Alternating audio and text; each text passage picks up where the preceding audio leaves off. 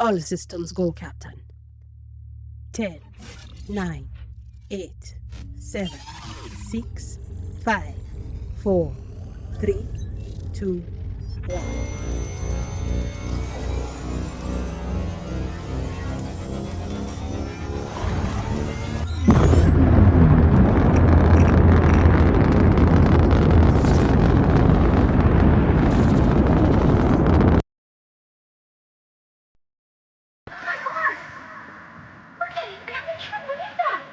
Uh, in the sky, it's a bird, it's a plane. Flying high, I emerge through the flames. Have no fear, I'm here, so stand back. Melanin activate, the name is super black. What the hell is in that? The sky, it's a bird, it's a plane. Flying high, I emerge through the flames. Have no fear, I'm here, so stand back. Melanin activate, the name is super black.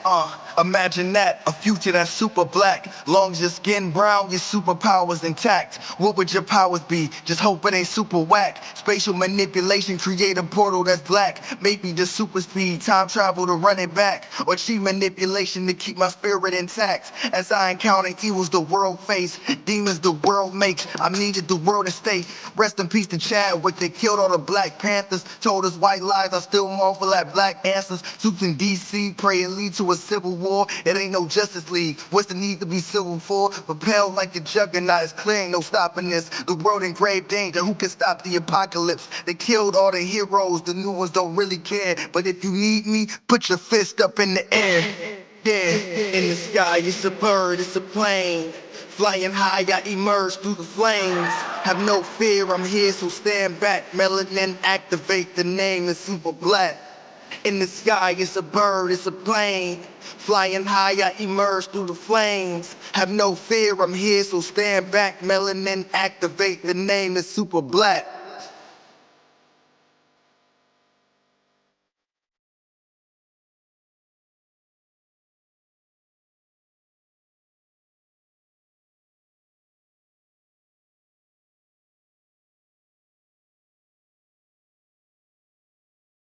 Bring home Bob Marley, One Love on digital now.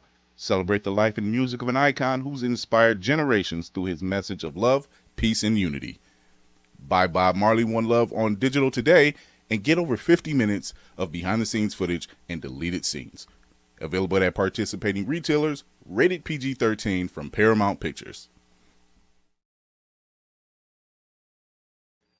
We are back and not a minute too late. Apparently, from what we've been seeing for the past 30 days, you guys been needing us. So, without further ado, if you don't know who I am, I'll let you know now. Chris Fee, the man on the wall. I am the captain. I am the captain of the ship, host and producer, and all the great things beyond of this ship. And with me is the crew.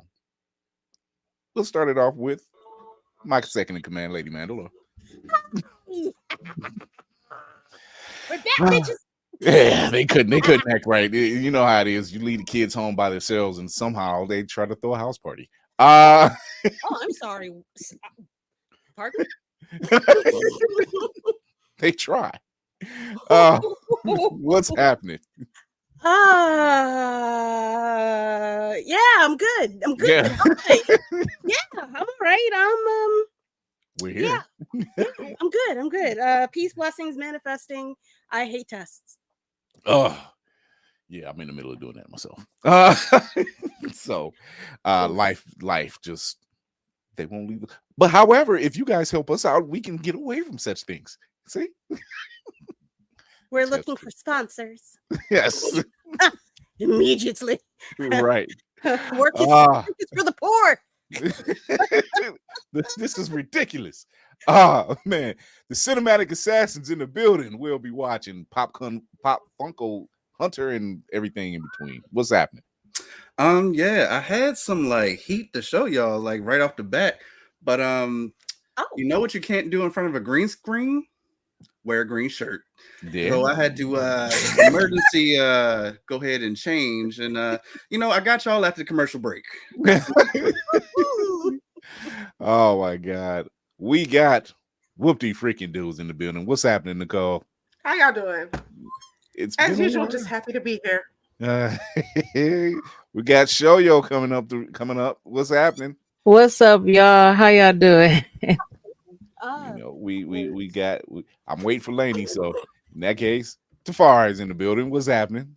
Hola to all new 3,000 faces who showed up like the day after we went off air.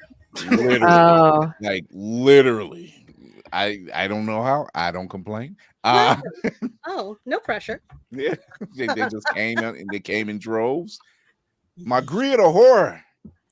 Hey, I have one of those too somewhere. I'm not impressed. Laney, not right out the gate, Laney. I was about to say it wouldn't be a late show without me. Yeah, I mean, not you know what I mean. Without me, mute myself. We'll see. So we have a special guest with us today. She is an author. She's written some of your favorite stuff. Hi. Moon Girl, Devil Dinosaur. Yeah. Nubia and the Amazons. She does recaps of your favorite animated feature that's currently on Amazon Prime. That's Invincible. Stephanie Williams is in the building. What's happening? Hey, y'all. Let me give you the proper. Hi. Let me give you the proper She got the introduction. good mic. Yeah, Oh, wait a minute. give it a proper introduction. Here we go. Here we go. Here we go. Here we go. There we go. I appreciate Let's go. Stephanie, it. Thank you. first off, Yes. we're coming off a weekend, as I like to call it, a weekend of pure black girl magic. Yeah, and you're part of that camp. So you UFC, WrestleMania, all that. Beyonce, Mhm. NCAA, just Yeah. We do run the All the camp. things. All the things, all the There was a things. moment. Yeah, it was brought actual happy tears to my eyes. Oh. I'm like, look at my baby girls, all the ladies, shove it in their faces. Make them eat it. Oh my goodness, Stephanie, I want to first off thank you because you worked on one of the few books that I enjoy, which was Wakanda. So All right. thank you All for right. that. Thank you. I actually Thank you for enjoying if, it. if you can't tell, I'm a huge It was during a trying time. You know, Yeah, T'Challa is on the run as he always is. So, I understand. like if he just never dissolved that marriage with Storm, he'd be I okay. mean, He'd be okay if he didn't do that. I I'm mean- just saying, I'm a big fan of him, always have been. But if he just got his head out his ass on that point, wouldn't. It's the one thing I'm like, T'Challa. That's the one thing you did drop the ball, my guy. He fumbled hard. He fumbled extremely hard, but you worked on so many projects between Marvel and DC and just everything in between. How does it feel being one of the few Black women to work on these major projects and have your voice be heard or your works be seen? Bittersweet.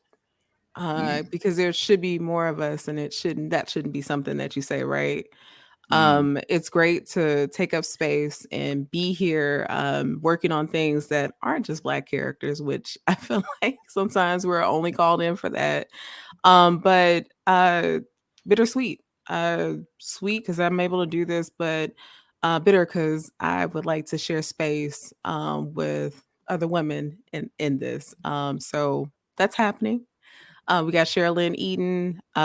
She's doing the Black Panther Blood Hunt series that'll be out this summer. We've got Eve Ewing taking over Exceptional X-Men.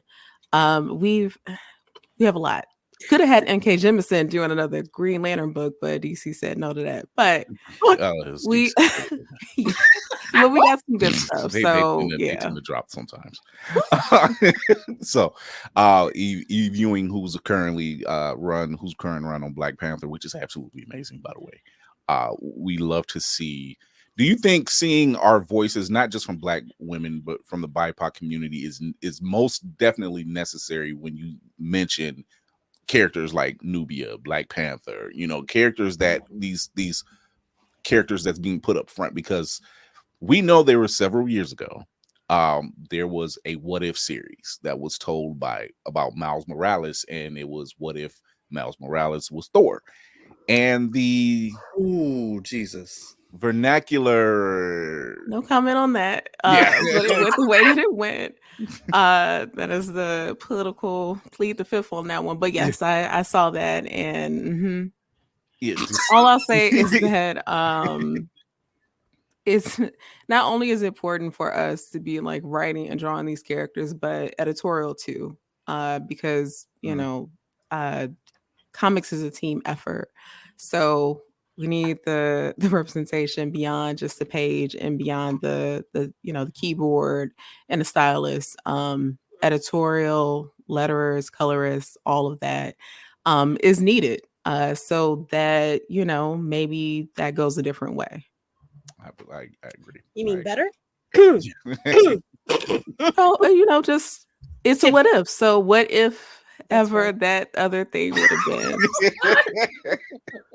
I'm trying to not get you out of a job. I swear to God. I think I can agree, because when you have people that just write the character well, then you can take the context of a black person wrote this or a white person. It was just the character is written well, and that stands out more than anything. And that's pretty much the end goal. I would assume is to not have that context of saying, "Oh, a black woman wrote this," or "a black man wrote this," or "a person of color wrote this," because it's just, no, the character is just written well. As Don McGregor, the character is written well enough that you bypass everything else. You're like, this is just a well-written story, right? And that's what it's really all about. Yeah, I mean, written well, and then for the cultural nuances that are there, those who get it are going to get it. Recently, a Spider-Man story I wrote, I have Peter saying $40. Anybody who has seen Baby Boy knows that is a reference to that, right? But those who don't, then they'll just think that he's just aghast by it being $40. But yes, I think overall, absolutely, you want it to be that it's just written well, and it doesn't, and you're not saying, oh, so and so wrote this, so and so wrote this, but it can be written well, and then also have those, if you know, Those you know nuances. moments, which is which is always great too. I agree that. Lady Mandalore. Hi again. It's good to see you. I don't know what I can ask you. I don't know. I don't want to get you in trouble or put you in a box, I guess. But I want to know who you would like to write for. Say Storm. And what is the I'm sorry. I would like to write for first and foremost, whatever invoices are going to be paid. So that clears. Understand. I'm not. That part. The second part to that is I don't know. Well, my pick, of course, yes, baseline, very much so Storm. But there is a Wonder Man book that I've been chomping at the bit to want to write for a while now. Maybe it might, I don't know, hopefully with the show coming out that could be something that comes to fruition, but Wonder Man is actually at the top of that list. And then over on the DC side, I would love to write Vixen if ever given the chance, or Plastic Man. So one or the other.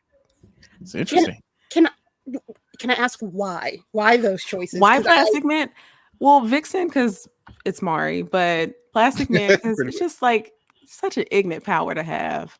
And I would like to, I don't know. I love comedy. That's a character that can kind of lean into that full force. I mean, my next pick to that would be Justice League of Antarctica. So like all these weird characters have been at the forefront of my mind because of the Strange and Unsung All-Stars of the DC multiverse book that I wrote. So like DC gets very weird. And I'm like, I think I would like to get very weird too with some of these. So Plastic Man ends up high on that list. I have been following you religiously. Your Instagram is fucking hilarious. Thank you. And I feel like you tone it down so you don't get in so much trouble. Yes, thank you. Yeah. Please follow this woman and hound DC or Marvel to let her write what she wants to write because she's good at it and I it was fun appreciate shit. Thank you. I thank you so much. No, this it's a breath of fresh air when you see this type of work, and you mentioning Vixen, and I'm like, that is a good character, and lo and behold, yes, so is Plastic Man. He's not utilized enough. Look, if Bruce Wayne can say he's pretty much a threat if he just applies himself. Mm-hmm. So many cool things, so many weird, unnecessary things as well can be done with him. And he's done But some unnecessary weird things. yes, he absolutely has. So let's build on that. Actually, he would join my pitch for Justice League of Antarctica. He would be welcomed onto that team. He would be the only competent hero on the team, but that could make for some fun. That I would like to see that. In the words of Monique, I would like to see that. Look, this man has protected a young black child by swallowing her, literally hiding her body inside of his so she couldn't get detected by villains. It's the weirdest thing. It is the weirdest thing, but it worked out. Okay. He gets a nod during Black History Month, like a very small one, but it's not the same for that.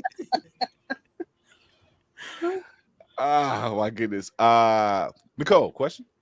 Yes, I was wondering. I just want you to know I picked this up solely on the fact that there was a woman written book featuring a black woman. DC is not usually my lane, but I was like, I had to get it. I had to pick it up. Thank you. What I wanted to ask you was, what kind of advice would you give yourself, your preteen, younger self, knowing what you know now about writing and writing for comics? That is a good one. Because I'm almost tempted to tell her, like, hey, don't go to school for 4 years, thinking that you're going to go to medical school and then spend another 7 years in research. Because I did enjoy that part of my life when I was in it. But I think it would just be to, I don't know, like, don't feel so discouraged and don't think that this isn't a possibility, because I had no idea back then. Hell, I didn't even know, 7 years ago, 5 years ago, that this would be a possibility to be writing comics and then comics professionally on this scale. If you ask me now, I still have to pinch myself, because I often wonder, how am I here? And I know the answer to that, but it's still how did we get here? But I would just tell her to stay encouraged and to don't be afraid to pick up that pen a little bit sooner than you think you should. Thank you. I like that. I think that's something that we don't see or hear enough, especially in our community. So many obstacles already. And when you have that dream of being an artist, being a writer that works especially in this medium, and people say, oh, you have to do this first, or you got to do, like you said, go to 4 years to do this or do that. And that's not really the case nowadays. It's more or less like, hey, you have a talent that just needs to be fostered, and I think there's definitely a subtext of people who just say, hey, I don't need to go to this art school and be in debt just to work on a book, because someone just is really one of those things that it's circumstance, right? Almost serendipitous circumstance that somebody, you know what, that looks good.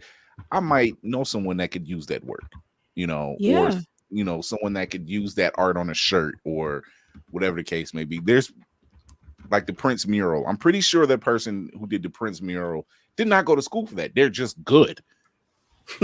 They're just that good. So those changes are here now. They're coming. And that's not to say not to go to school if that's what you want to do. Perfect. But Yeah. if it's not necessary, then I will say that I don't know, when I think about it, I am happy that I had a career, a prior, entirely different career prior to jumping into this, because I felt like it prepared me for some stuff that might have caught me off guard. I am no stranger to being in spaces where there aren't a lot of me. I come from a STEM background. So I was working in the labs. Like every now and again, I would see another Black woman. And whenever I did, I felt like we were doing the Sealy hands to each other, because what a rarity. but those moments were few and far in between. And it's been the same in the space too. So prepare me for that. And, when you find someone like a, sisterhood or just other Black creatives, to try to talk to them as much as possible, and be in community with them. Also, it helped with cons. I because I yes. have to deal with doctors all day, and I'm dealing with other fellow researchers, and very complicated people sometimes to talk to. And at Yeah. conventions, a lot of that is, it's not enough that I write for DC. It's not enough that I write for Marvel. And I would never expect anyone to just come to my table simply because of those things. Because that is not indicative of what's in the book or what I've done. So I like to talk to people and tell them, hey, this is my name, this is what I do. Here are some things that you would be interested in, or asking them what they do like, and trying to, kind of giving them suggestions, sometimes not even my books. There's been many a times where someone's been around me and they just had a better fit for what that person was looking for. And I was like, but they got it. So please go talk to them. So I don't know. I feel like I don't know if I would have some of those customer service skills that I do now if I didn't, do something totally different. Also, research helped a lot. Right, from Marvel and DC, you know how it is with continuity.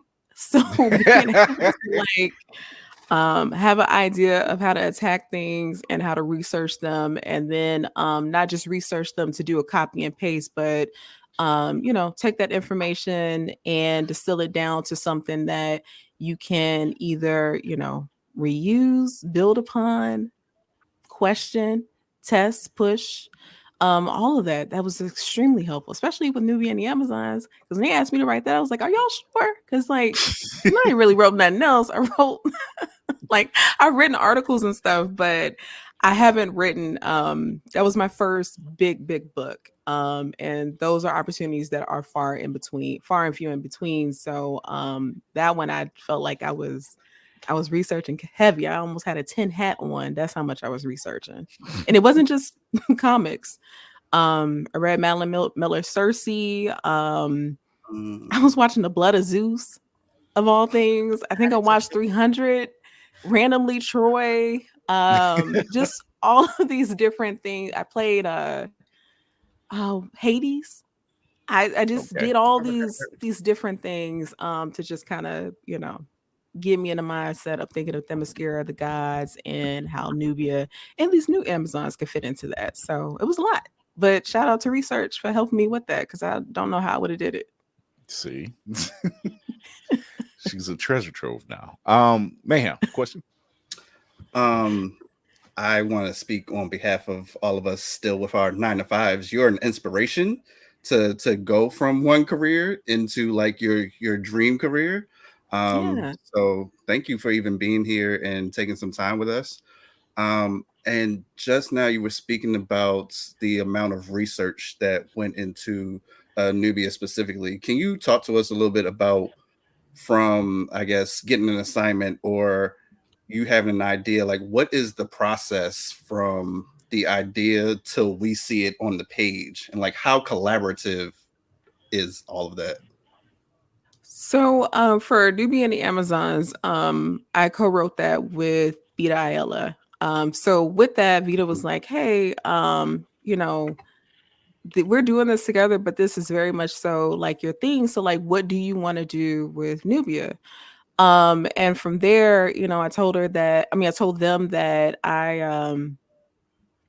I wanted to establish that she isn't just the Black Diana, she isn't just the Black Wonder Woman, but to have her stand on her own, and so folks can think of her as herself and not give value to her based on her proximity to Diana.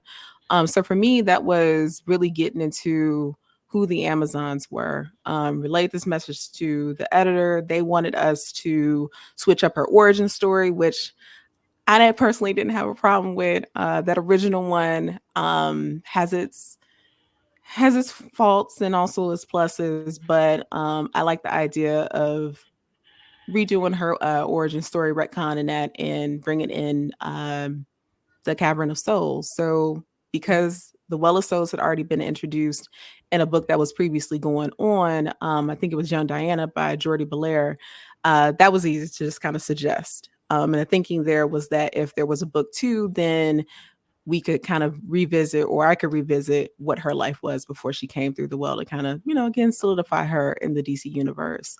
So that was met with open arms. So a lot of the research that I did, where Madeline Miller's book came into play, Circe, that was just me, trying to read a book that focused on just mainly women interacting with one another. So protagonists, antagonists, and everybody in between. Because to me, it was important that the Themyscira in this book, Nubia and the Amazons, focus on the island so that we can get to know these women. Because why care about her being queen if you don't care about the Amazons and you don't care about Themyscira? Knowing Diana is just, that's not enough. So that I think 300 came into play when I was thinking of just outlandishness and then fight choreography and stuff like that. Same thing with Blood of Zeus. It was even watching wrestling because Jade Cargill was I don't know, her body type was making me think of Nubia's and just the Amazons in general. So I was like, we gotta fit a wrestling move in here. So I felt like everything that I touched, from comics to movies to novels, just kind of, I absorbed what I could, and then whatever I put out was just me putting my own touch on it, so that it felt like something that hopefully felt fresh to old readers, and for newer readers, made them want to read comics more. Like, you don't even have to read my stuff anymore. Just go read comics, period. Mm-hmm. Right. Tafari? All right, so you do the official reviews for Invincible now? Yes. How did you go about getting that? Because y'all don't. Oh, that was luck. Yeah, hey, that look at was God. I ain't against luck. I'm not against luck. That was due to a good friend who was working for Amazon at the time, and like knew that I was always talking about comics and doing memes and whatnot on Twitter and just entertaining things like that. And she was like, I think you might good. They're trying to build their YouTube. I think you'd be good for that. Put me in contact, and the next thing I knew, I was doing that. I think I pitched Superhero Club in 2002. We were on our way from vacation in Virginia Beach, and I think I was in the car, and I was like, I have an idea. Y'all got superhero shows, so like, let me talk about them. And then they went with it, and here I am, getting ready for The Boys 4. Please bring me. Are they ready is the question. Am I ready? I'm not. I gotta read them comics again. I think we've officially split on a separate timeline from whatever the comics had. Because I pray, but I have to. Sometimes I have to do these deep character deep dives, and I think I have 2 more left that I haven't covered. So I'm about to go back. Yeah, we need to talk to Laz Alonso's people. Like, look, stop screwing Mother's Milk. I swear to God, this man, it's not fair. It's not fair. No, stop making it weird. Let's stop making it weird, man.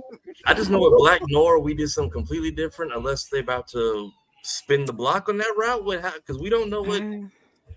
Still no. I don't know. I have no idea. But you can meme your way into a job, so I'm on the right path. Got it.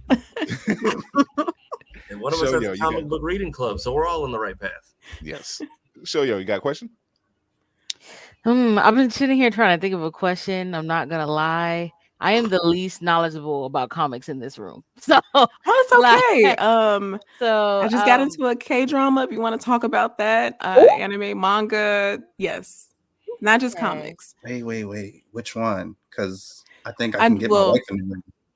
I'm weak. Not the K dramas. Marry my husband. No, I don't. Well, this might be. It could be a one and done. I have no idea. But the Glory, Asia Four-more, who I'm working with right now. Good one. Yes, and she was like, "You gotta watch this." I was like, "Okay, Asia, see, you might not be working no more if you. This is a bad pick." You enjoy it?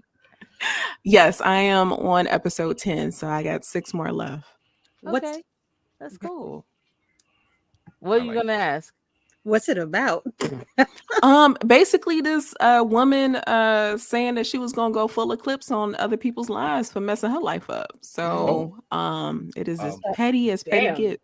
Sorry, very interesting revenge story. It's on Netflix. The Glory. The Glory? Yeah. Oh yeah, that got recommended. Okay. All right, Netflix knows what a couple they're things doing. I'm watching right now, so it's worth it. I gotta put that on the watch. I gotta put it on the watch list. So other than the K drama and some manga, there's a meme you put up. Go ahead. Before I go there, Miss Slaney, did you have a question or no? Finish what you're talking about first. I can ask you later. No. Ask it. Okay. I mean, listen. I'm with Shoyo on that. I also I only have time to read a little bit. So the last thing I read was like The Walking Dead, now for a couple years ago. But I love the fact that you are, writing for yourself and then also writing for Marvel and DC. I was wondering if you could create your own character, what would that character be like? Ooh, I can't answer that because I'm currently doing it right now. But you will get your answer this fall for what that character will be. Congrats. Thank you. I like Can I ask? Okay, I do have a question now, actually. So I did look at some of your projects and things that you work on. So your art style, what made you as a young artist, illustrator, etc., and writer want to choose to go the comic route versus like a majority maybe like animation or even anime route? Like, because I feel like for comics still, even though it's a type of animation, it's a specific kind of illustration still, in the same way that anime is not necessarily the same as cartoons, and definitely so like what made you want to go that route specifically? Well, if I could draw, I definitely be trying my best there. But even with that, as far as like writing, comics is just a medium that I've always appreciated. Because it just, I don't know, I love how the words and the images are in concert with one another. They're just like, magazines. Comics are the type of periodical where you can see exactly what the political climate was, what the fashion was, all of these things. And I've just always loved that. I love that I can pick a book up from the 70s and see how much impact blaxploitation was having on comics and vice versa. Because it's a very interesting time. Or just like the early 90s, and if I open a book and a character finally finds himself in the hood, it's probably because it's the war on drugs. So I don't know. And I'm bringing up really terrible examples, but I bring it up because comics has just been something that I love as a snapshot of where society is, or where American society is, at least. Now I would love to write for animation someday. I loved Scavenger's Reign on HBO. I thought that it was brilliant work, beautiful work. I just love the questioning of what would technology and nature look like if they were to blend together. So hopefully one day that happens. Not mentioned enough. That one's not mentioned enough. Yeah. Cool. She's weird. It's weird, but it's stunning. Yeah. But it's so beautiful. Yes. Right. There is. So if anyone here is watching X-Men 97 or hasn't, you need to. You put a meme up. Yeah. Because the latest episode dealt with Jubilee and being in the Mojoverse. And there was a little clip of the X-Men, but it was in the style of a different world. And you put in the meme, Yeah. this little number. Well, because that's what I thought of. And I was like, well, that's I mean, like, that's cool. We And got it showing up. I didn't You know didn't this know it. existed. No, it's fine. And that is the reason why I put it up too, because I'm like, I'm pretty sure people are going to see this and think, damn, I want more of that. And I was like, I bet. I don't have a different world, but I got Living Single or Living Heroes, which was on Fox. So all you got to do is click the button a couple times and you're there. I need to see this as an animation now. Because just those you few and panels, I both. just those few panels of Aurora, Jennifer from She-Hulk, who was it? Monica Rambeau, and I'm missing one. Who was it? Jennifer, Monica, Aurora, and Misty Knight. Mm-hmm. And they're playing the roles of the cast from Living Single. And I'm just like, I kind of need this. I was a little against Aurora being the regime type, but then I thought about it and I'm like, diva. Yeah, it works. Yeah. A lot of thought went into that. Yeah.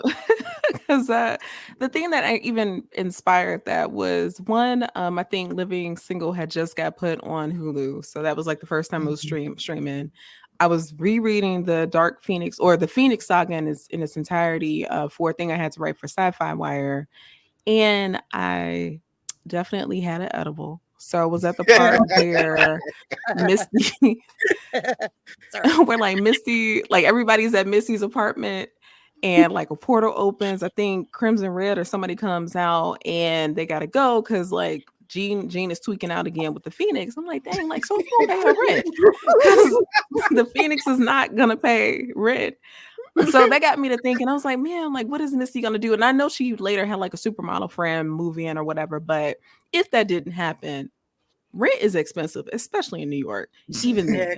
So I was like, okay, Storm has ties to Harlem thanks to her father's side. So what if a family member or somebody owned a brownstone? And then Monica Rambeau, I was just like, she always gave me Queen Latifah energy. Yes. So let's do that. And then because it was very obvious, but also made a lot of sense, and this character had history with most of these women, regime for She-Hulk. So it just kind of worked out. Also, I wanted to use Wyatt Wingfoot as Kyle because I just wanted to do that. And then Sam Wilson, whom is a little annoying sometimes. I read a lot of those earlier Captain America, Captain and Falcon comics, and they had my guy out there bad. But in trying to rehabilitate him, I was like, I would make him kind of like this himbo Overton figure. And I don't know, I like the idea of him and Misty together. So I like the dynamic because as I'm reading those few panels, and I'm thinking, and then Jennifer, aka She-Hulk, comes in and she's Max because of course, number one, Jennifer's a lawyer. Two, it makes sense that Jennifer's eating them out of house or home. She's a lawyer. So just seeing those dynamics, and I'm laughing because I need this book now. And I need this series. I don't care if it's a short.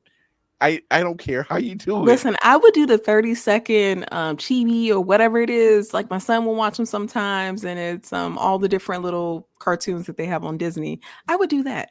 It doesn't matter. Give me 15 seconds, whatever. I will figure it out. I've gotten very good at writing stories in a very small, limited space. I can give you a page. I can give you 30 seconds. It was like even Trey Mosley said, he was like, yeah, that would be a hell of a talented. I want to see that. And for the cast of Living Single, y'all got some pull. I know y'all do.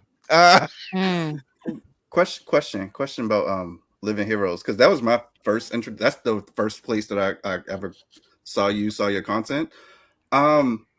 What role, if any, did that play in like being able to, like, well, you said I think earlier, like play in the majors? Like, were you able to walk up, be like, look at this amazing thing I've done. Look how many people love it already. No. So I don't even, so surprisingly, I don't know how much impact, if all, that Living Heroes had, because I knew prior to even writing that that my memes and stuff were going around in the X Slack at the time. So they knew who I was, even prior to me putting that out. Because actually, when the editor reached out for, what was it, Marvel Voices Legacy, it was because of a lot of the writing I had done for Sci-Fi Wire Fangirls, but the one that she highlighted was the history on the best butts in Marvel. The most insane, unserious thing. Serious research went into it, but the most unserious thing that I had did, That's which I serious. found funny. Yes. Well, yeah, it was a little serious, but like I found that funny. So no, like I wish I could tell people like, yeah, Living Heroes is thing, and I was like, hey, at conventions, like, come look at this, and I got it. No, that was not the thing. It was Marvel's best butts.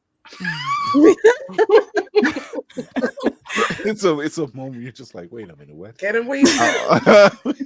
Now, I will say, for a more serious writing, and actually my first one, it was the evolution of the Dora Milaje from comics to what was it? Comics to this big screen or whatever.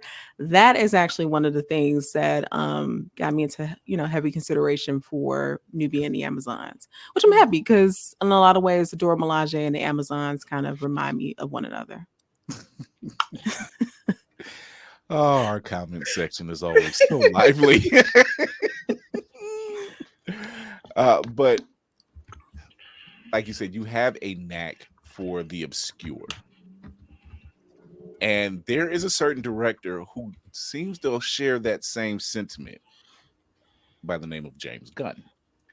Mm-hmm. He does. He has a sentiment for the obscure. He really does. He really does. And it works. No shade. It works. So do you see yourself doing features, a film or television show? Yeah, absolutely. I'm always gonna write comics, but like there are other mediums that I would love to play in. Animation actually being the top of it, but like a DCEU or a DC animated movie, I would love to do. If that's the feature, I'll take it. A TV show, whatever it is, I would be open to it. I'm just like, the opportunity to do it and see what happens. If you had the choice, what show would you write? Or do you have an idea for one? Wait, I don't think you want to give that one away. No, absolutely do not. But if you follow my content, then it would probably be, no, take that back. That was gonna lie. That actually isn't true. My first pick would actually not be comedy. Interesting. Yes, Alien. If you read I had an Alien story. Yes, finally, that is, so horror would actually be my top. Sci-fi horror would be my top. You just spoke my love language. We got our two members here. Spartan, hello, and Navy Montel, the games master. Yay! I mean, hi. You got a question? I'm gonna need a minute because I don't know how many. I don't know what questions was asked toward our guests as of yet. Put it in the private chat and we'll tell you. Gotcha. What about you? Go ahead, first of all, Stephanie, it's an honor to meet you because your work is phenomenal. That's all I got to say. It's bottom line. So, and I've been thinking about this all day. With Marvel and DC doing their thing, always doing their thing. If you could name, let's say Marvel and DC were an option as far as writing for them. If you could name 3 other companies outside of them that you would love to write for, who would they be? Well, I'm already writing for them, but it would be IDW. I've done something with Boom and Oni Press, which I also did something with. I think the only people left would be Image. Yes. Actually, no, some other folks I didn't name, but I did name for a reason. But I'm also working with them. Sounds like she's works for something. Yes. But the NDA is strong today. Okay? Yes. But I mean, that I brought up IDW, you asked me that. I do have a My Little Pony series coming out that starts June 12th. I'm very excited for. I can write superhero stories all day, but those ponies, they brought me to my knees. Hey, people, oh my god! There's no joke when you find out about the My Little Pony crew, the bronies, and you're just this is so much bigger than you thought. Yes, the lore. Magic the Gathering has My Little Pony cards. Okay. Yeah, and Magic the Gathering was another. I still wrote a story for the. So Boom does Magic the Gathering, and that story was actually really fun to write. But I had there's so much, and I made this really valiant attempt at trying to ingest as much Magic the Gathering lore as I could, but that thing was like the King James Bible. It wasn't happening. To be fair, I'm around it almost every day of the week, so I completely understand. But interesting, and I mean, I'm into the game now since writing something, so happy to be here. But man, that's Bible school. After during the week Bible study, all of that just to scratch the surface. Did your background in STEM help you with writing Shuri on Wakanda? No, it didn't. No. you hear that in her voice, right? You hear that in her voice, right?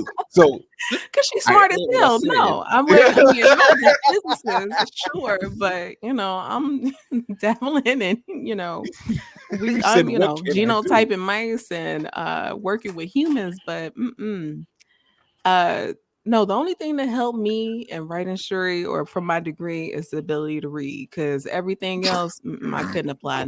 Not an ounce of mine. He's just like, let me get another book. Just start flipping through it. It's always funny because I feel like I disappoint people sometimes when I say I was a research scientist, but it don't really. Now that is kind of a lie. For the Spider-Man story I wrote, some of the science Kim 101 came into handy because he was at the grocery store fighting this villain who had vinegar powers, and he uses baking soda and water to neutralize her on the spot. Pete's just like, this is so basic, I can take care of this. But that's that comes in handy. Yeah, but that's having third grade vibes right there, y'all. I don't care anyone says. That's a MacGyver moment. I can respect that. Pete always has a MacGyver moment. Just what he does. This is why he knows. They're just like, we don't have any material. He's like, look, I'm used to being. I got it. I'm used to being poor. He figures it out. It was like, this is why he got cornrows in Wakanda. So wow. He understands the struggle. He's like, hey, he understood the moment for him, but he didn't seem too bothered by it.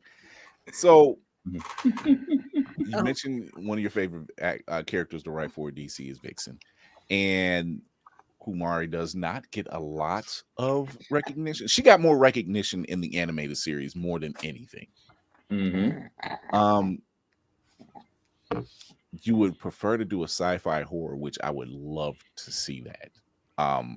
Those tend to be the best well-told sci-fi stories when it's steeped in some form of horror, because you can do science stuff and just kind of, doodads and whatever. But like Alien, when you mentioned Alien in the book you wrote on, when you have that element of horror, which still to this day, that film is a perfect blend of those two worlds.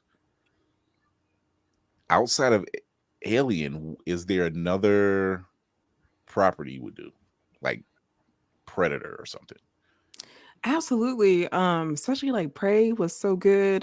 Terminator, I love. That first Terminator is also to me a perfect blend of sci-fi and horror too. The Thing, if I could, it's not sci-fi horror, but it is like at the top of my list, and it's Mad Max 2, Beyond the Thunderdome. And I would love to tell. I want to know how Miss Tina Turner got her rise of power, like whatever that comic is. I want. It's like that's crazy. How did Auntie get to that running? Point? Like we never did get the villain story origin. So no, we never did. That. This black woman is running this gas station in the middle of the desert. Like I need to know. I'm trying to in the So middle of the desert, and yet you kept your hair that luxurious. I'm just Right. saying. I mean, Listen, there's a that's a story to be told right there. I'm like, you look at every other Mad Max antagonist, and they're just like, yeah, you guys will never top that. All of you look sweaty and dirty. However, Tina, clean. Yeah, but all the gas they use free. doing these scenes, though, yeah, I'm telling you, they went through a petrol station doing all those scenes, all the driving. I'm like, bruh. I feel bad for the mechanics. Like, you want to do what? It's like you want flames to come out of where? I need you to write the between that and the ocean guy. She did. Yeah, she looked very supple. Her skin was on 10. I'm like, wait a minute, you're in the middle of a dry ass desert. What magical source of water did she have at the time when water could not be found? That's my question. Black girl magic. Don't worry about it. Yeah, I mean, exactly that. Don't worry about it. If you've seen Dune, you already know. If you've seen Dune, my mind goes back to the popcorn box every time I hear about Dune. Jesus. So so being a mother and being in this world of nerd, how does your kids view that? Do they just like, oh man, you screw that? My mom wrote that book and she did that and do they kind of geek out? Yeah, my son's 8. When I started this, I actually got into this because of him. I didn't lead with that, but I didn't start really considering like a career shift until after I had my son. I reached out I was dealing with some postpartum depression and just a lot was going on. And I reached out to a Black romance author who I just love and adore. So like next to comics and everything else geeky, I'm a diehard romance novel reader, and just Black. That's it. No like specifically just that. Like my ebook library and my real library looks insane with the Beverly Jenkins, Brenda Jackson, Tanya Washington, Reese Ryan, all these people. But anyway, I reached out to Maureen Smith and I was like, hey, like, your writing has really inspired me and made me want to get back to writing, something that I hadn't really done for myself in a long time. Do you have any advice? So she did. She had some really kind words. She got back to me. I was not expecting that. And that moment changed my life. I went out. My husband went and got me a new laptop just to do my little blogging and stuff like that. I later found out that he was leaving comments under my blog posts. Like, I don't know how many emails the man set up, but he was leaving. That's love, y'all. That's love. That's love right there. You see, T'Challa is not that hard. T'Challa is not that hard. But he was doing that, and it kept me encouraged. And then like other folks started reading my stuff too. So from there, I got comfortable with my voice, and I don't know. I got comfortable with my voice, and then when I would talk to my son or show him stuff, it would be all the nerdy stuff that I watched in the same way that my dad did with me. And now he is like a Mario fan, like you wouldn't believe. He can tell you everything. Mega Man. He loves him some Dog Man and Cat Kid. So Captain Underpants, all of that. Deep into Sonic. So he's very early in his fandoms, but more importantly, like when he's at conventions and stuff with me, that's always cool because he does his own art. So he sells the stuff at my table. He got art advice from Brian Stelfreeze, who is so sweet and it's just really nice. Yeah, so he goes to the local convention I do, Heroes Con, all the time, and my son was with me, and like he was giving him tips and stuff on his comics. Same thing with Sanford Green. So it's nice to like be able to have my son interact with these Black legends. Yeah, with these Black legends in the space. And, for them to encourage him. And he is still very serious with his art. I promised him if he finished his comic book that I would get it printed for him and then he could sell them at MomoCon. So next month. Oh, nice. So, yeah. So he's into it. X-Men 97. We've been watching that together. In fact, I was packing for a trip. He had just got home from school and he heard the music playing. He came in, and then next thing I know, episode 2 ended, and he looked at me. He was like, "It's 2 of them. It's 2 Gina Grays, Jean Grey," but he called her Gina, and I have not. I love him already. Yes, I it's love Gina him Grey. already. I was like, "Who are you can't let talking him about?" forget. Gina Grey. And he was like, "Scott's wife." I was like, "Oh, you mean Jean Grey?" That sounds so southern. Remember that, y'all. That's Gina from now on. Okay, bump all the other names. Okay, It's a Jean Grey and a Gina Grey. That's how we gonna. That's how it's gonna be seen. Yes. From now Gina on. Grey. So now I'm thinking of Martin and Cyclops. So anyway, there we go. Now it needs to be done. So before we go to commercial, I have to ask you. You've done this deep dive on Invincible. How much of the book did you read the entire run, or did the series start with the entire Did run? I?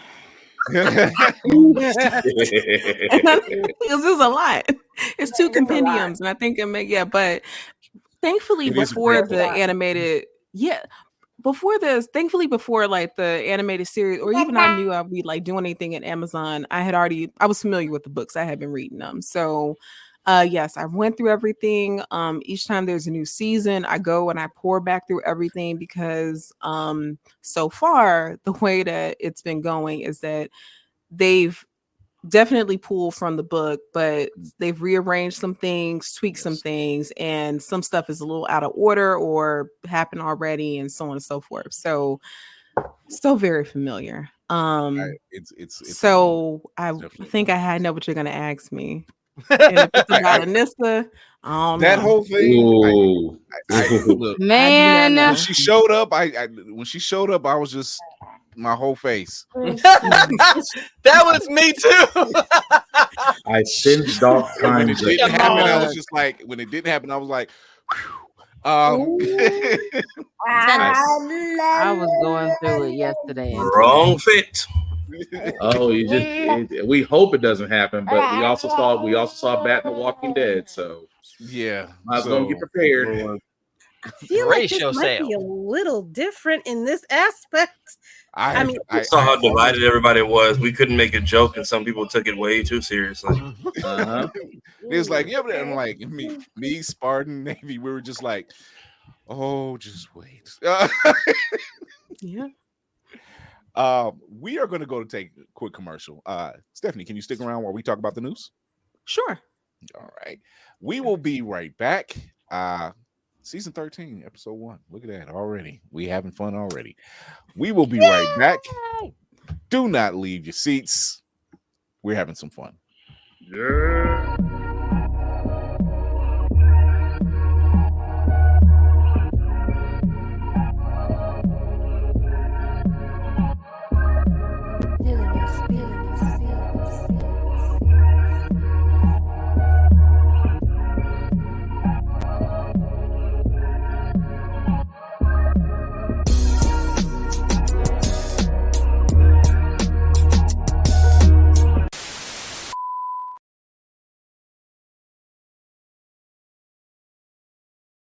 Running low on energy, long days and even longer nights, tired of all the other energy drinks and bars promise you a lot and never delivering? Need to make it through work, but want a product that can keep up with your busy lifestyle? Want no longer? Try Chef's Chocolate Salty Balls. The balls that are so smooth and with a load of nutrients and vitamins to really get you up and bouncing off the walls. Made with all natural ingredients and healthy junk to satisfy even the pickiest eater. Chef's Chocolate Salty Balls are sold everywhere where you buy your junk. And now for those who want that extra kick in the butt, comes Chef's Heavy Duty Chocolate Salty Balls with 120% more caffeine than the leading brand. Disclaimer, this product has not been approved by the FDA or World Health Association. Warning, this product is not intended for consumption by children, elderly people, or women who are pregnant or may become pregnant. You might even get pregnant.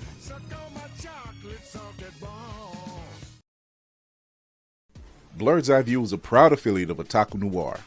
Use the code Blurred's Eye View for 10% off on all items. With a different nerd-themed box filled with items made by talented blurs across the country, you surely will not be disappointed. Go to otakunoir.com. Otaku Noir, the #1 blurred mystery box company.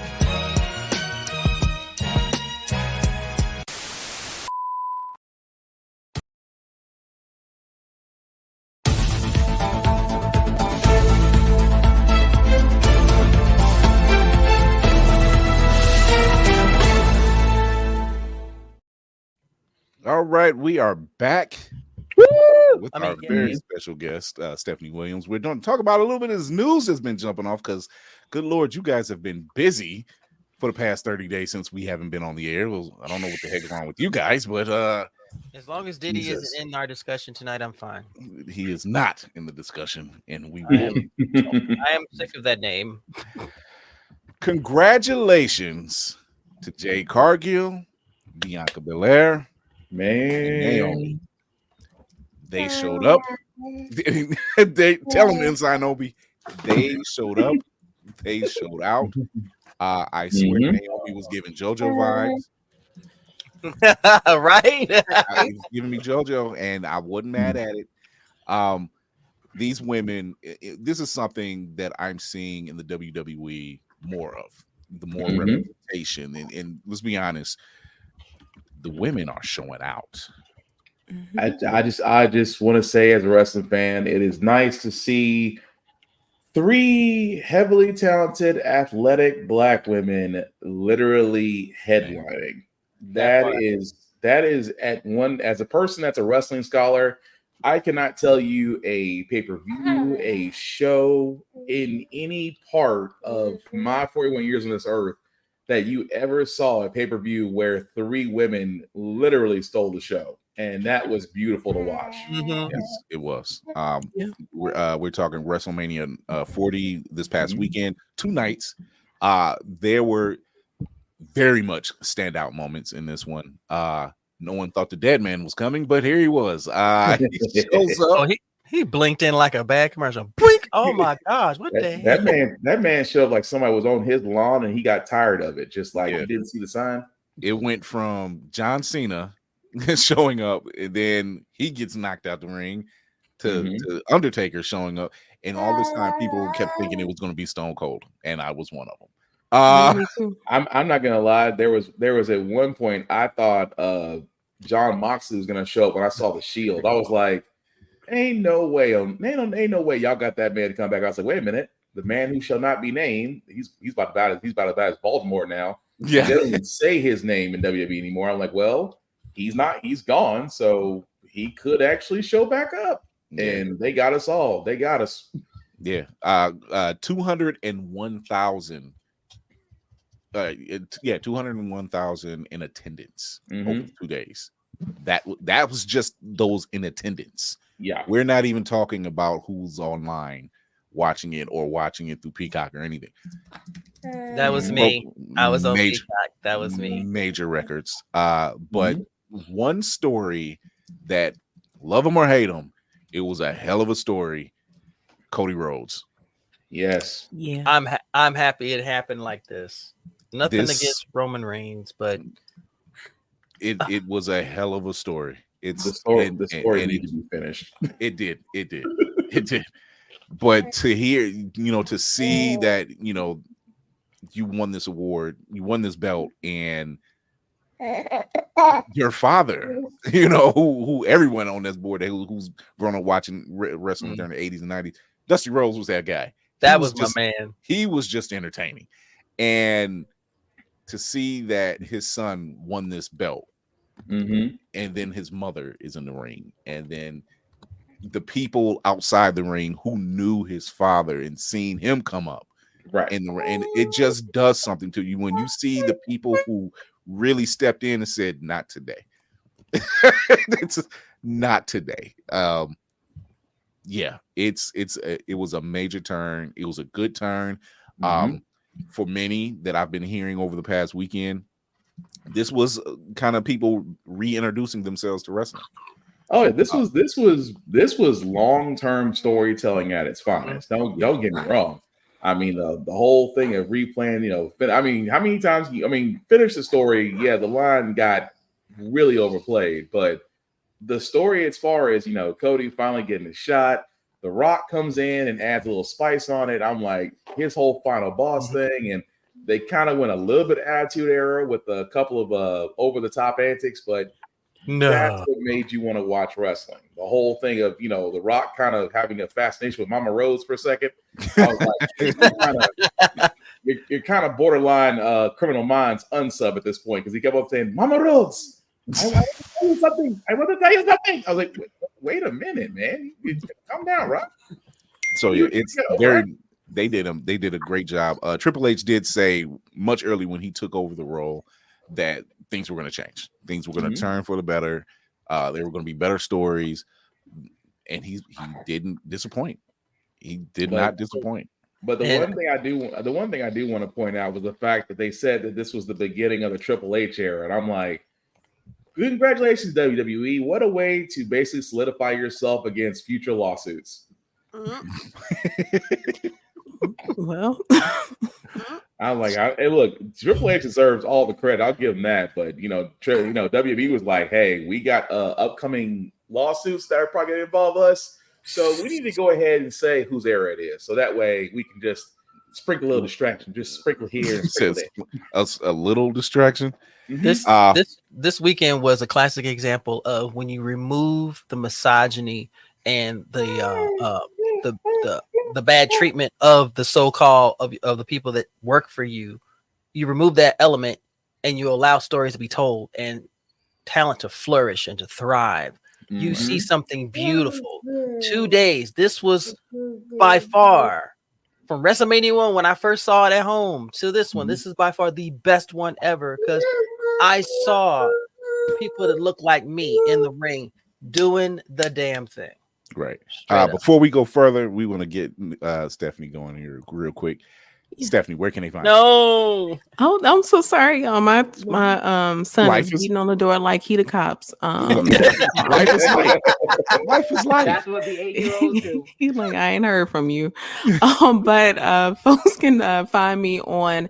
You can still find me on Twitter. I'm not tweeting or anything, but if you want to look up old stuff, at Steph_I_Will. The same thing for Instagram and TikTok. Threads as well, I think. Yes. If you find me on Facebook, congratulations. But that's that's like a Hunger Games moment. Just what about YouTube? Congratulations. See you on the breakdown. You can also check out our website. Yes, ysteph.com. And then real quick, for all the Amazon stuff, because I'll be doing some things for Fallout, just go to Prime Video's YouTube channel and click a video. You may hear my voice. See, look at all this black girl magic. Just I'm trying. Please don't. No, you're doing. It's a Chicago hustle in me. So yes, we trying. You doing right? Like you're really putting out like really good work. We follow your stuff. Disney, I need an animated living heroes. I'm just saying. You and I both. Maybe one day. Well, it's there. Like literally, you have the cast of Different World on HBCU tours. You got all these shows from the 90s celebrating anniversaries. It's writing itself at this point. And an animated Different World. Oh, that So you can catch Steph on all those places. Steph, I'm going to reach out to you because I'm going to send you an email for Blurred Station. Blurred Station, we're part of a streaming service that is dedicated from BIPOC creatives, whether it's comics, anime, live action. It's a streaming service that's launching pretty soon. And so if I'd appreciate that. Have some shows that's like from Netflix and your title and get canceled or whatever, you won't get that over there. Not to mention, you still get to own your stuff at Blurred Station. So go over to Blurred Station for those who are listening and watching. Go to Blurred Station. Go to Blurred's Eye View. Tell them one of the crew sent you. Tell them the captain sent you. Say, there it is. But and, I will real quick because yes, I get to do this. But if you got a little one, or even you, a grown, enjoys Moon Girl and Devil Dinosaur, please watch the show. It's so good. But it is. graphic novel was dropped.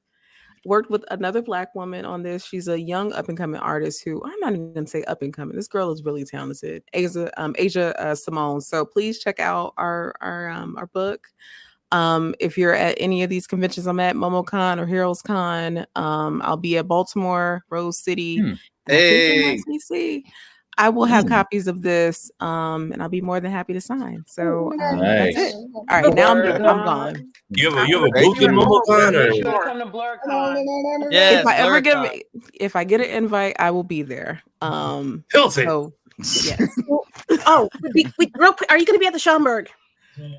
No, unfortunately, I won't because of a conflict. I'm so sorry. It's okay. Stephanie, we love your work. Try to be there. We thank you for your time. Thank you. Yes, Thank you so you. much. It's really thank you. I need that Living Heroes. I'm ready to eat. I'm ready to eat. But do you have a booth in MomoCon, or you just get out there? No, I'll be tabling, so I'll be there Friday through Monday. Okay, be sure to post your information. I will try to come find you. I will definitely do that. As soon as I find out whatever that I got y'all. They need to get you to San Diego Comic-Con, because you come to San Diego. They do. I'll be there. I will be there. Listen. We're gonna look out for you. This crew, we'll take care of you. Thank you. All right, y'all. Well, thank you so much for having me. Thank you. Thank you. Right on. Thank you for coming on. That was an amazing interview. Why me? Wow, just no. Because you the Reverend. That's You were why. at the top of the. You are the Reverend.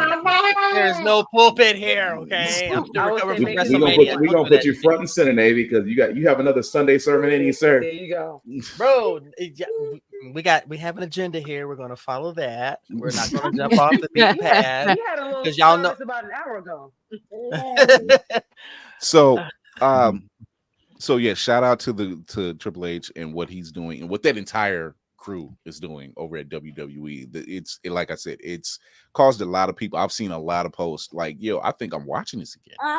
You know, it's interesting again when you see just watching the women wrestle. And I'm not saying it in the creepiest way. Watching the women wrestle has been entertaining as hell. No, I've said it. They're not stuck to doing 1 or 2 minute or squash matches when they're actually given time, and you actually allow talented women to actually run a program. You actually see some very talented wrestling and the fits. The fits. It's not just TNA that you have to. No, like they coming out. They coming out. The flair of all of it. I'm just like, this is good.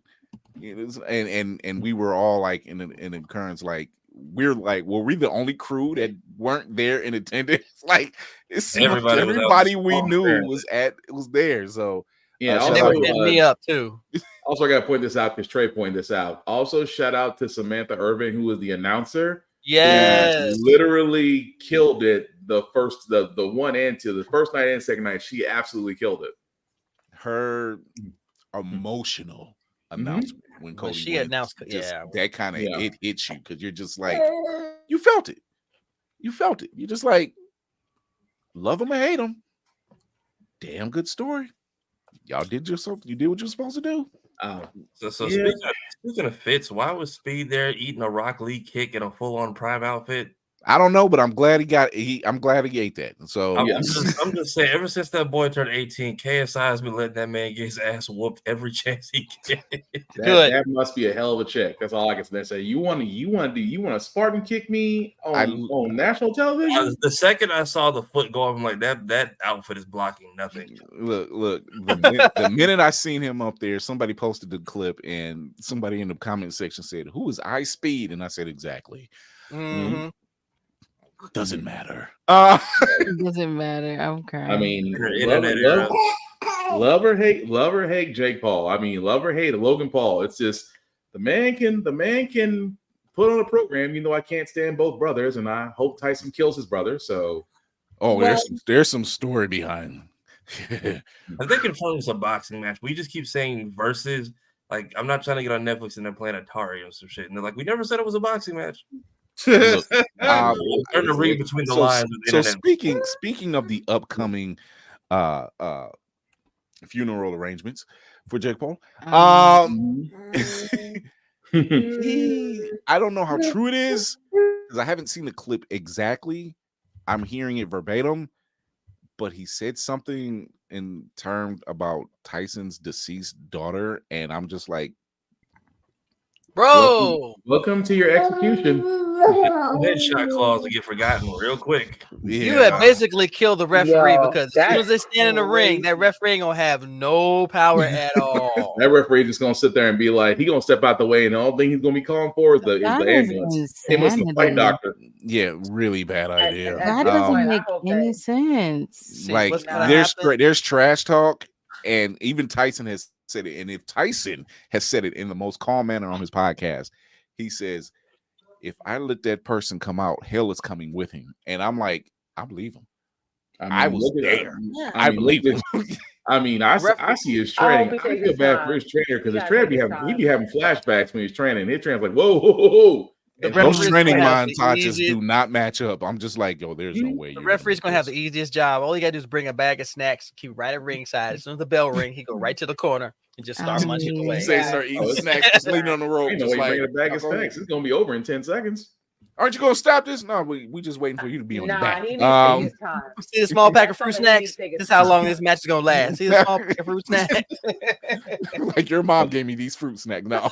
But you're right though. It's one thing to trash talk, but I'm like, you talk about a man's family. That's somebody got to go on the ground.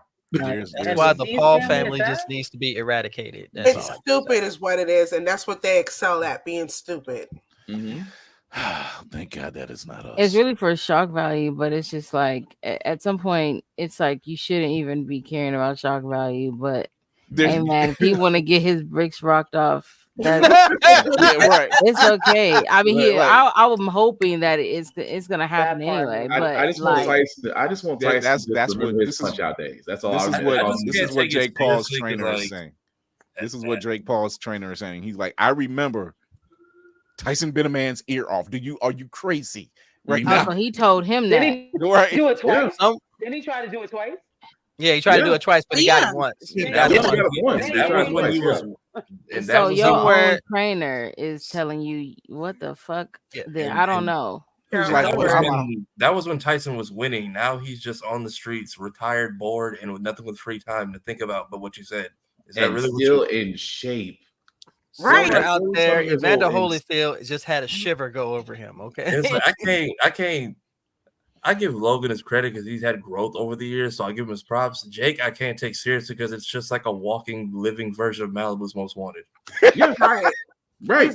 Tell me everything he does right now is not just B-Rad from that movie. It pretty much. I also feel like he's cosplaying Conor McGregor and he's gonna get hurt.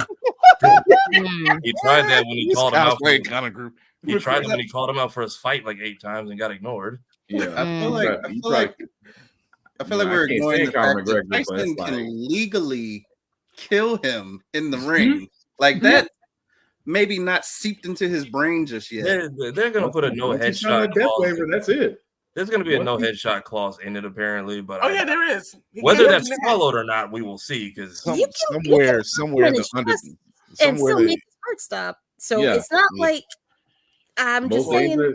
He's gonna make the ribs sing. Okay. Remember, Undertaker used to have those dead man matches, and he would always have the coffin out there. It's just gonna be one of the things where the Undertaker's gonna wheel this out. He's like, "What's the Undertaker doing?" He's like, "No, you're gonna need this." What do you use? Like you're about a size 7 in coffin, right? You're right. Size 7 in coffin is crazy. That's the one time you're gonna see Tyson come out there Tyson gonna come out there with a priest and a preacher. It's like, okay, I don't know which religion you are, so I want to cover both bases.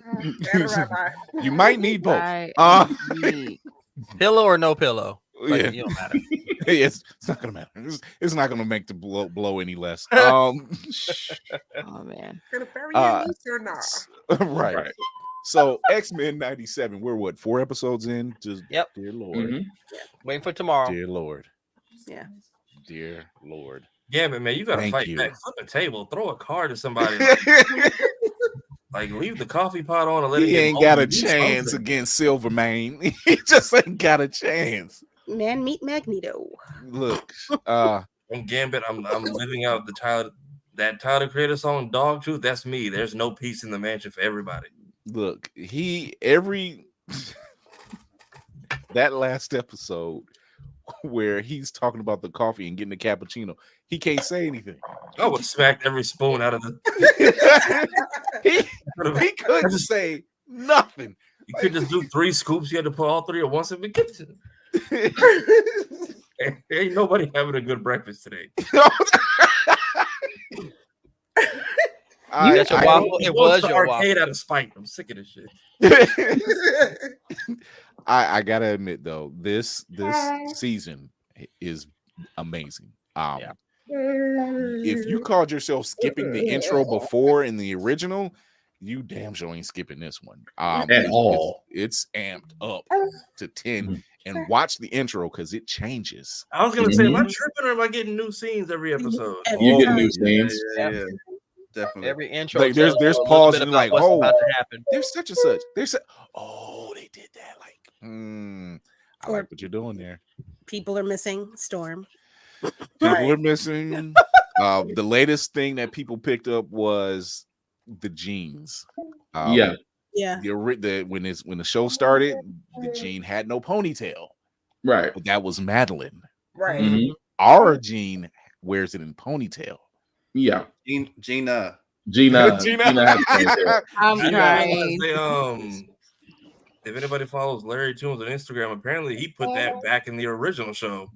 See, it's their so own when they first scanned Cable's mind in the OG show. Yeah. Flashes a picture of Madeline. He's like, not a lot of people have caught this for the last 2 decades. That's not. Yep. Like, Gene has Mojo with it back then. That is, it makes you feel like it's Saturday morning all over again. I'm not gonna lie. Yeah. Oh, I got my cereal on deck for tomorrow. Okay, Yeah, anyone says. I had to go find my Jethro bowl. I miss my humongous bowl of Cocoa Pebbles. It's my job. I can say that at 9 to 5. I'm like, I'm doing my job. Watching X-Men. This is my job. Like this other job just helps pay. This is my job right here. Watching this, but it's so good. It really is. I'm not saying it because I'm a huge X-Men fan. Yes, I am. But at the same time, like the storytelling is damn near immaculate. Yeah. Yes, yeah. They're taking their time with it. Damn near immaculate. Allison Steely Smith. Okay, Kira. I don't think they're taking their time. It doesn't feel like they're taking their time with it. I'm not complaining, but it feels like they are. It's the way they're condensing certain storylines, which I think in the medium that it's in makes sense. Mm-hmm. But not every nuance can be explored, but at least the first 2 episodes covered like what 50 episodes of the original. In 2 episodes, you covered 50 episodes. You covered 50 of the original episodes in 2. So I mean, that whole Goblin Queen thing, and I'm like, wait, are we doing basic life? What are we doing here? That whole what are we? When I saw the Goblin Queen, I Sharon said, Stone, Madeline Pryor. Yo, I jumped out of my shit. I was like, "They got Madeline Pryor." Oh, okay. I like the fight, but Magneto might need to put the metal suit back on. Right. You got beat down by glass, my dude. You got beat by glass and trigonometry. I saw Magneto with a hole in his chest and X-Men Red. So yeah, that was exciting. But yeah, it's good. It's a good watch. Whether you're binging it or just watching it week to week, this is some really. I've watched several episodes more than once just because there's so much to catch. There's so much to catch, and the fact that this last episode and they split it in 2, and now they're getting 4. And somebody tried to say, "But Storm's already met 4." I just said, "No, she hasn't. She hasn't." I was trying to remember that too. I was like, have they crossed paths already or no? No, he met the other X-Men, but she wasn't there. She wasn't there at that point. To all of y'all out there who think you know what the hell's going on, just take a seat and shut up. All right, just watch. I'm just trying to remember who knows who, because in the early show you pretty much catch on that they have a creative way of segmenting who they need for each episode. Yeah, and if the X-Mansion gets attacked for some reason, no one's home. Mm-hmm. I am in awe of what they're doing. Marvel Animation seems to be their. We're going to dive into that and have some fun, between What If and now X-Men 97. Now there's talk Smack. of there's Dang. Talk Dang. on it, Will. say what's on your mind. You're right. Don't hold back. Tell us how you really feel. Mm-hmm. It's there's talks of reviving the Spider-Man series, which I'm okay with. Not every series they need to Needs to revive, right.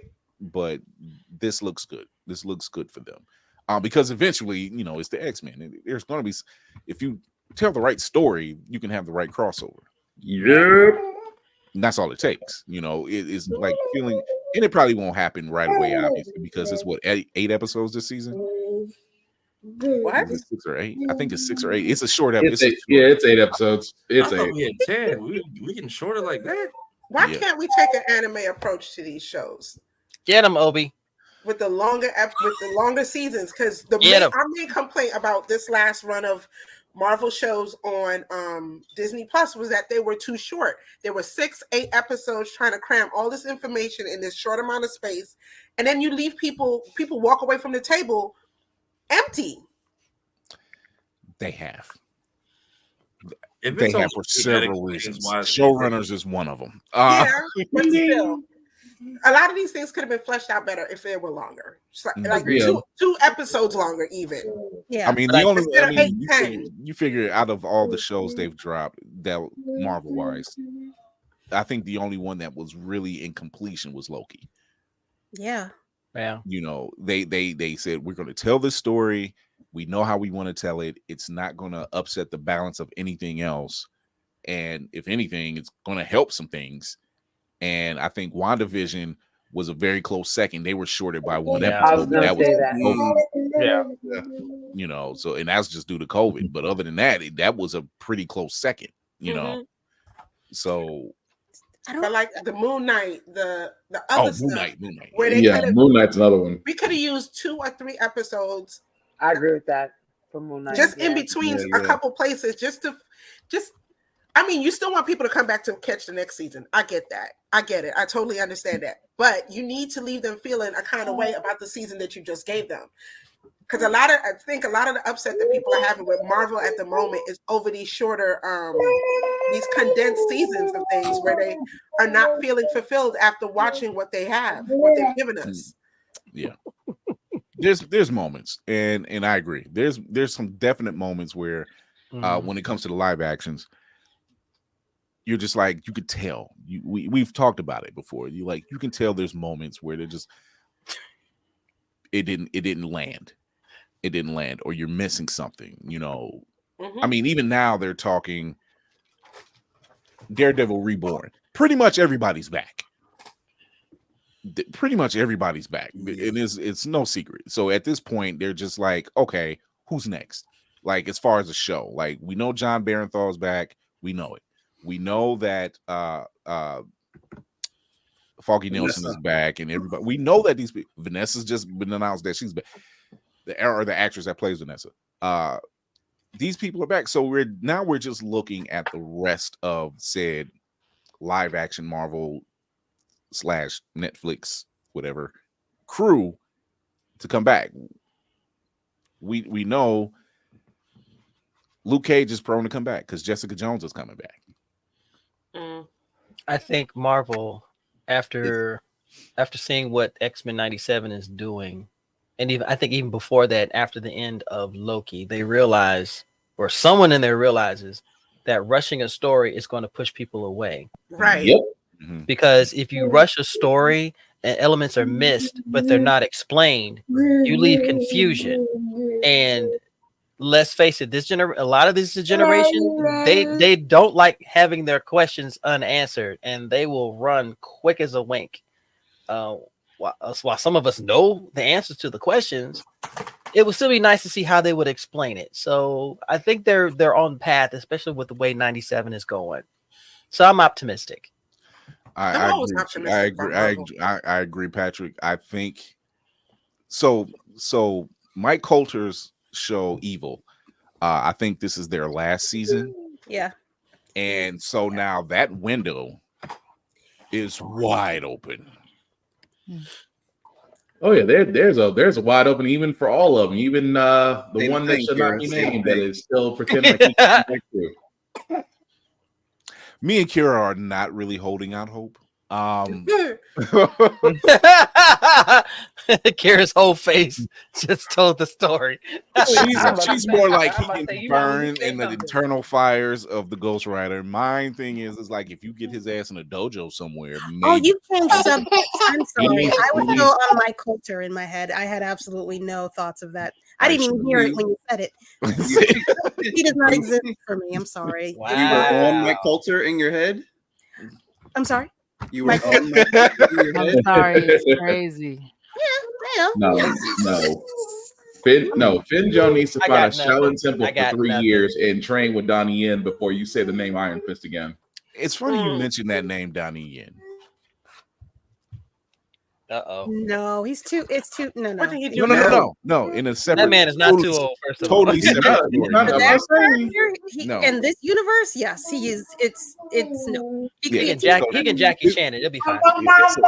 It's a totally different. It's a totally separate Donnie Yen story. Nothing to do with Marvel. However, if you know the story about what happened to Dolph Lundgren, this is similar to Donnie Yen. That the fight? they tried to rob. Somebody tried to rob him, not knowing it was Donnie Yen. Several people. And I don't think they robbed him. They just tried to beat him up. Imagine you rob Donnie Yen and how that could. Oh shit, it's Donnie Yen. I was like, hence the word try. See, I want to go. They probably don't even know. I want to go watch Karate Flick on YouTube now because I'm hearing this now. Just because. Just 5 Deadly Venoms. Let's go. When you being from the world of reading comics like I do, there aren't your level of villainy. There's got to be somebody above your basic thug, and because the fact that these people tried to rob Donnie Yen put you on the same level as the guy who tried to who robbed John Wick of his car and killed his dog. Even the father was like, "You did what?" That's a Baba Yaga moment. Just yeah. Mm-hmm. I can't even save you from that. I was like, you could do nothing. There's nobody to pay off. There is no dishonor on your family. Right. Dishonor is just that just strikes me as a moment when Donnie Yen's minding his business, walking down the street, and the people see this, and in most cases the people would help. You would think. But this is probably one of the moments where they were just like, and it's okay to do it. Pull your phone out, record this because this is going to be good. Here's a one-on-one demonstration of what not to do in the event of a carjacking. But why aren't you helping that man? Trust me, it ain't the man who needs. You don't need it. I can imagine this fight going on. Someone across the street is screaming, "Dishonor on you! Dishonor on you now!" That's the April be all right. It's living under a rock. That generation need to figure it out. Angry. You need to figure it out. We have a trailer that just dropped recently. Star Wars Outlaws. What? From Ubisoft. With this oh Lord, Lainey is dancing. Lainey's dancing and Kira swaying, so it's gonna be something. Here we go. Listen, here we go. You're doing the giggity. You represent some of the most powerful criminal organizations in the galaxy. Oh, look how pretty it is. Pikes, Crimson Dawn, Huts. It's a golden age for the underworld. The Empire controls every corner of the galaxy, but they're distracted by a rebellion that won't quit. It's an opportunity to make millions. Okay, Vess, the underworld's favorite new scoundrel. We meet at last. What do you want? Zarek Besh. They're new, rich, and lethal. You crossed their boss Slero, and now he wants you gone. Rob his fortune, buy your freedom. This job, it's a death wish. I'm in. Now here you live and die by your reputation. You want to survive? Know the players. You're new to this world. What's your problem? Come back when you're not. Jabba, right? Look, don't try anything. I got a whole crew surrounding the... Okay, we're skipping that part. For about as long as I can remember, it's just been me and Nix. Doing what we have to survive. This job is my one shot at freedom. But if we're gonna pull this off, we need the right crew. And the right ship.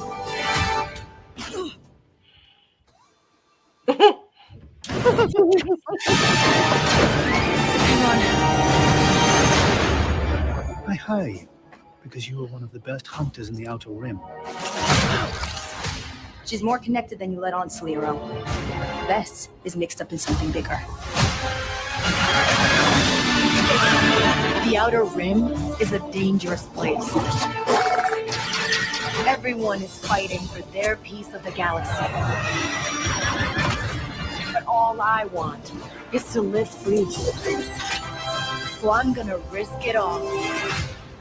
Hold on, Nick!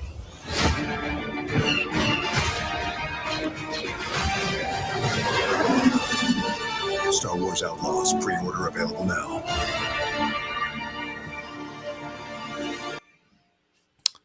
Not gonna lie. All rights reserved.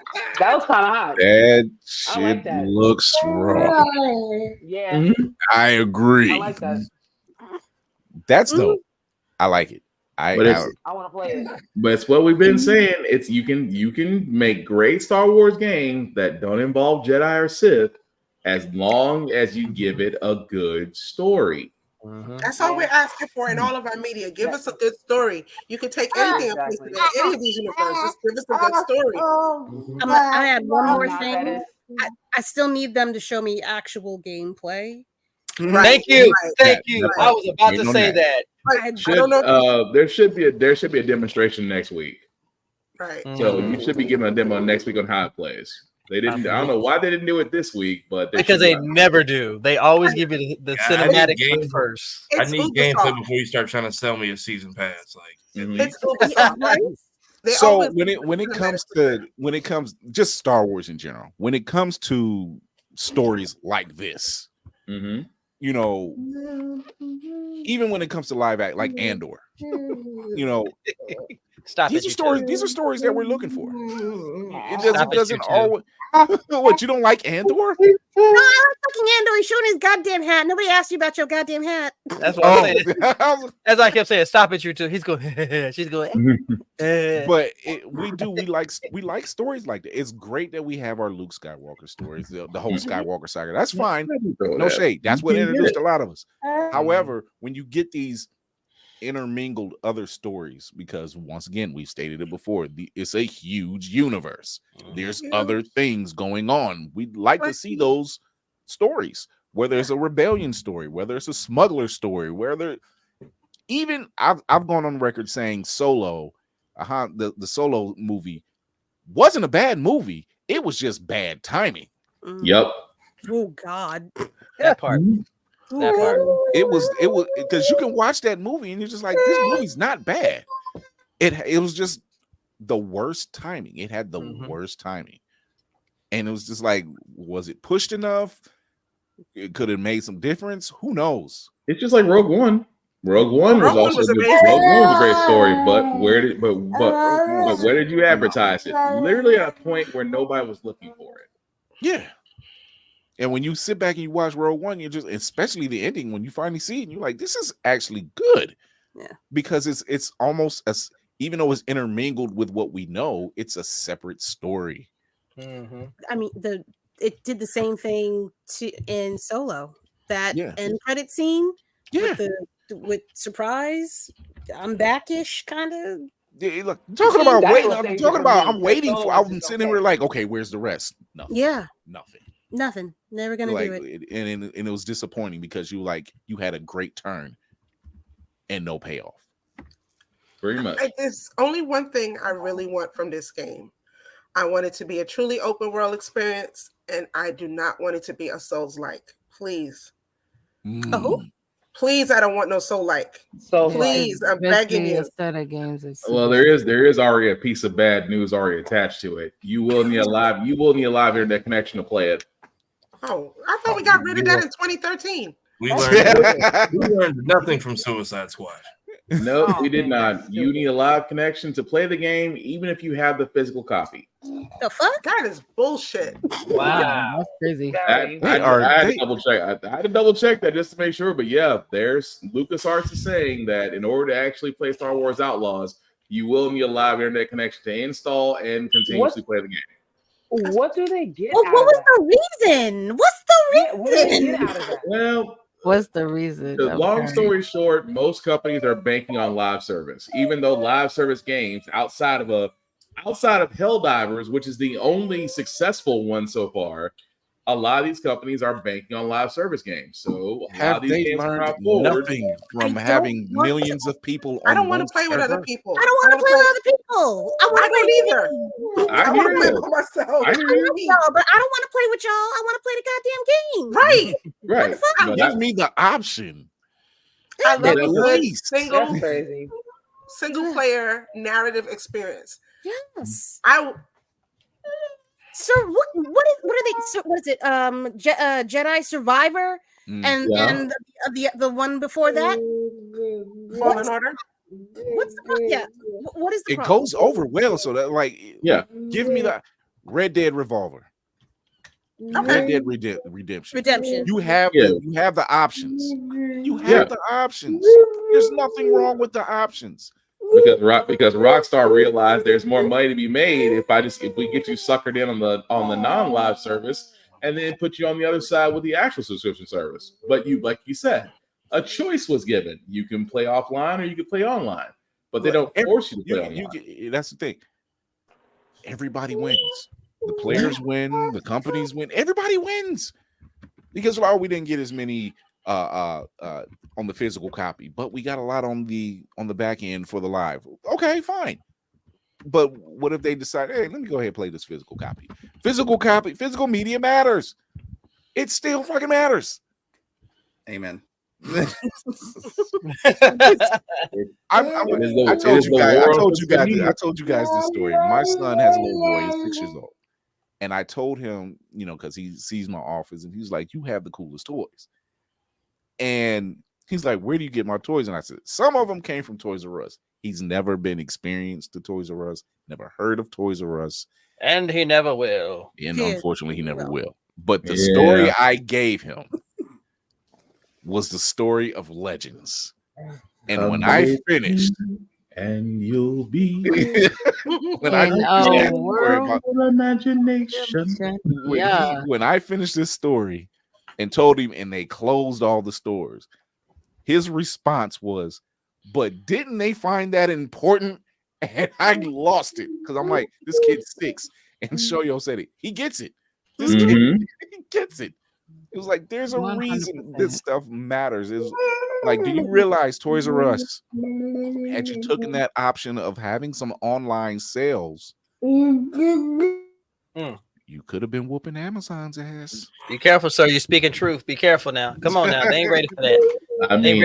You could have had the best of both worlds. This is why I said e-commerce stores destroy mom and pop stores, because they did convenience over quantity.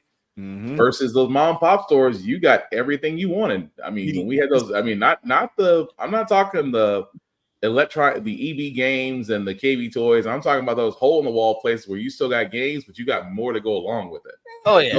He literally said there's a section of toys here and here, and I'm like, yes, everywhere.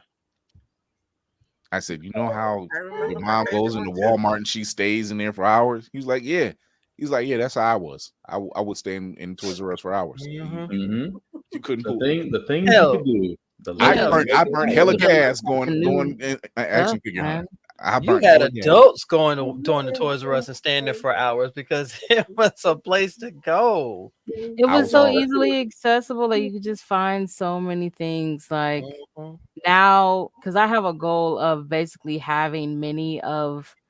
I want a collection of many of the things that I had as a Still have kid. Toys R Us in Canada. And because Toys R Us is not here, I have to like actually search much harder. Right. It hurts. I could have told you where my favorite store was in Brooklyn too, over by King's Plaza. I know the one in you're Mills talking Building. about. In Mills, I know. I was over there. in Mills myself. Basin. Yep. Across from Marine Park. I used to love that place. Yep. It's Yep. saddening big, because I walk through the halls of Walmart now when I have to go there. And I always, as it is with all of us, we have to make that stop in the toy section, only to go in there and it's like,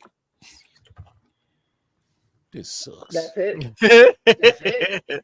You go in there, you go in there like a Target person go inside a Walmart, just disappointed altogether. Oh my gosh! Even Walmart- the Target is getting bad. It's just like, Tell me about Walmart it. bothers me to my soul. I don't understand that place. Tell me about it. Annoys the Wait, what annoys your soul?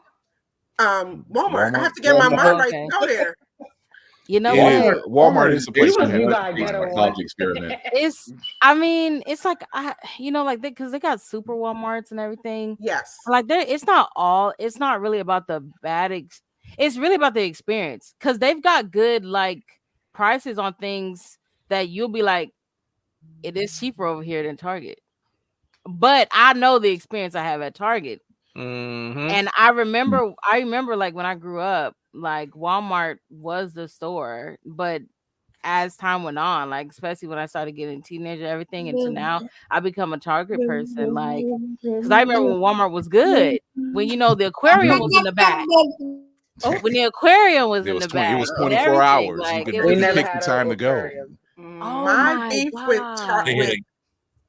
beef with Walmart actually started like way back in the day when I found out that they were encouraging their employees to go on state insurance as opposed to paying them livable wage and paying for insurance. You can do this and still make a shit ton of money. Why aren't you doing it? You're putting it on the state. And I was like, you know what? That's From then I was like, I ain't the whole messing with y'all. Walmart Sam's family is trash.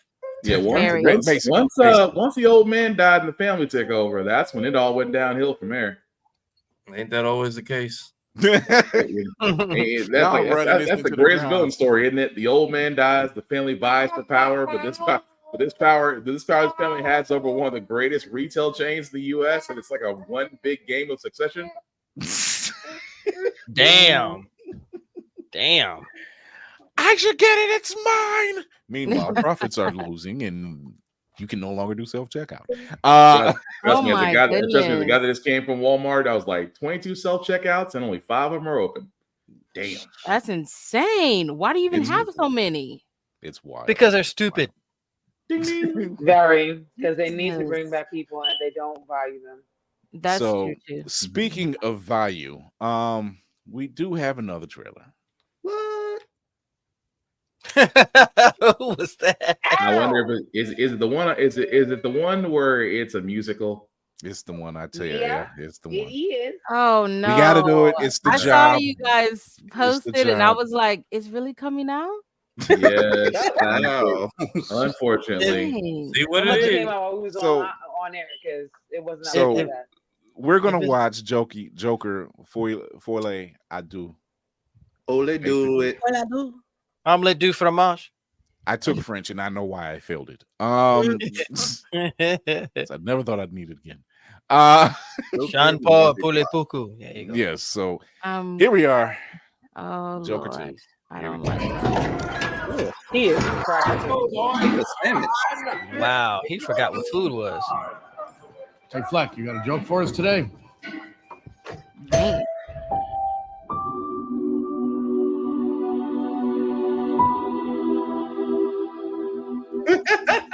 Ah, damn it. We use music to make us whole, There you go. to balance the fractures within ourselves. Bro, they're not serious. I'm nobody. I haven't done anything with my life like you have.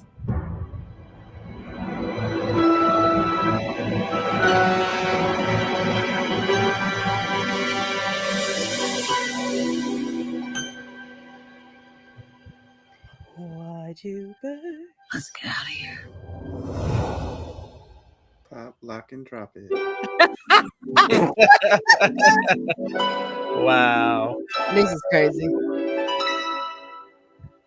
What the world needs now is a love, sweet love. It's the only thing that there's just to live a love. What the world needs now is love, sweet love. Tell us, what's changed? Are there? I'll tell you what's changed. We're not alone anymore. That's what we should be talking about.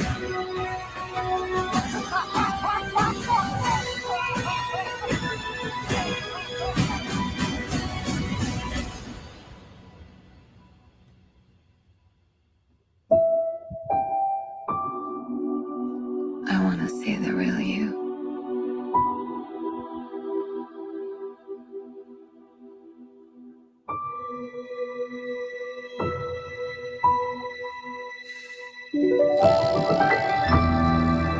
Oh, camera work? So Hey. let me tell you though, right? Ain't that how the aunties always started? Let me tell you something. The arrangement of what the world needs now, though, I want it. I was like, is that that song? That was dope the way they did that. But here's my issue: is that even though we know it's a musical, I'm really tired of this past year and this year with musicals coming out and them not marketing it as a musical, because that's still not really marketing it as a musical. You can hear the music in the background. You see, and yeah, it's like, oh, things. but it's not marketing it as a musical. So someone who didn't know that it was a musical already from reading it would not, after seeing that trailer. And I'm sure there'll be more trailers, but there's been plenty of movies that have come out, like they did with The Color Purple. Unless you actually knew, right? And Mean Girls, yeah, and Mean Girls, and Wonka, right? You wouldn't know. Wonka was a musical too. Yeah, yes, Wonka was a musical. I was in the theater like, oh my! I didn't know Mean Girls. Right. I like I just hear Shogo losing her shit though. No, because but not Wonka. I'm not a musical person, but like I love Dreamgirls and some there's a few like Wicked, but I'm not a musical person. So going into Wonka was like, I wasn't looking for that. Yeah, no. When I found out that Mean Girls was one, they need to remake Mean Girls to begin with. When I found out it was a musical, I said they will not see me. Facts. They will not see me. Facts. So Because this I like a good musical. Yeah. Like my wife loves The Color Purple. Yeah. But she didn't realize that this latest one was a musical. I knew it was because I knew about the stage play. I knew about everything else. But that's because I knew. You didn't warn her, did you? Well, it wasn't really marketed as that. Yeah, exactly. When I told her, she was like, well, I don't want to watch it because it's a musical. And that would seem to be the general consensus when a lot of people went to see it. They were like, I wasn't prepared for that. I wasn't either. But the difference about The Color Purple and these other ones is that it was good. That's the difference, right? That's the difference. It was good. Like, because she still watched when she still watched the movie and was like, that was pretty good. Yes, because one, it's a good musical. Yeah, you had the difference. Like I watched Wonka and I'm like, no. Well, the cast had a lot to do with that, though. Yes. I liked his rendition of Pure Imagination. I'm not gonna lie to you, that's the only song I downloaded. But I was not expecting that at all. And I was like, they sitting here doing dance numbers and shit. I was like, what the hell? Like the person I went with was sitting there like she went to sleep for half. I was looking at her like, can I go to sleep with you?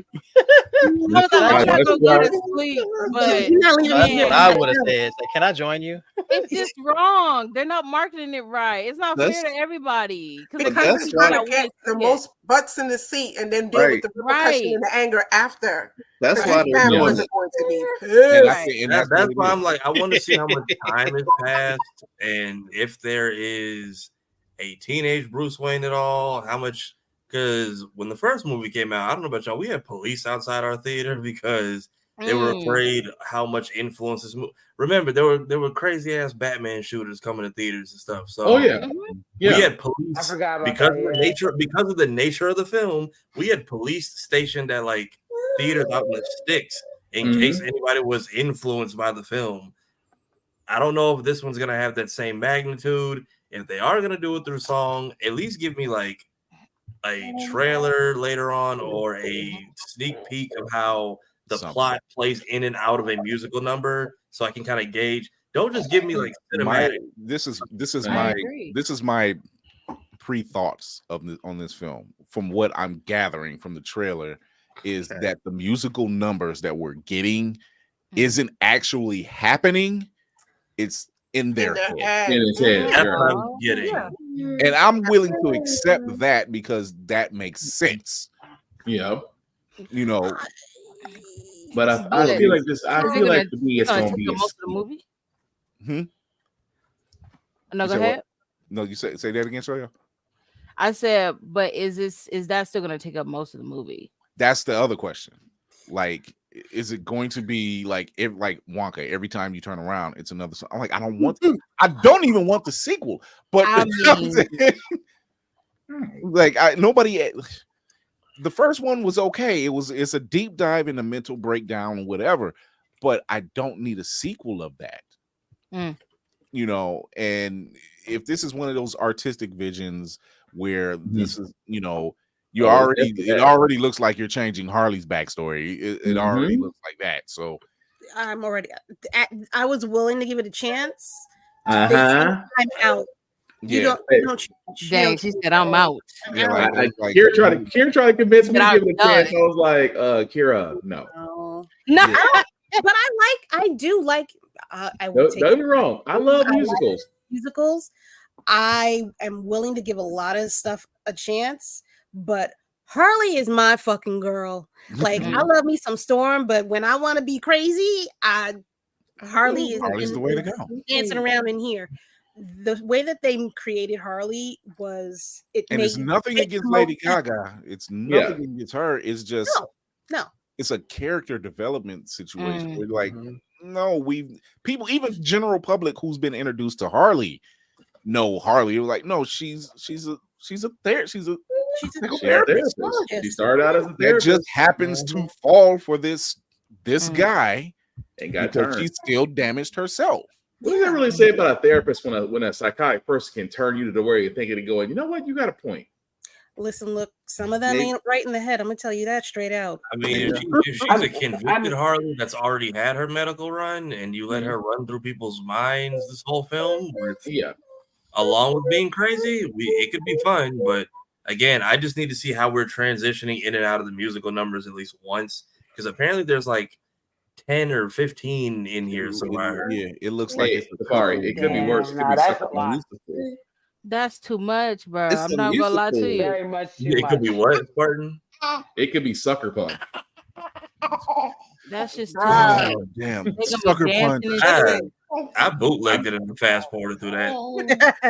I'm just saying, Sucker Punch was all in her head, and literally the whole thing was her escaping a mental patient trying to escape, and it's all in her head. Now we're getting a sequel to a mental patient that's trying to escape. That's all in his head. But wasn't she? Spoiler. Wasn't she? I hope it's not that.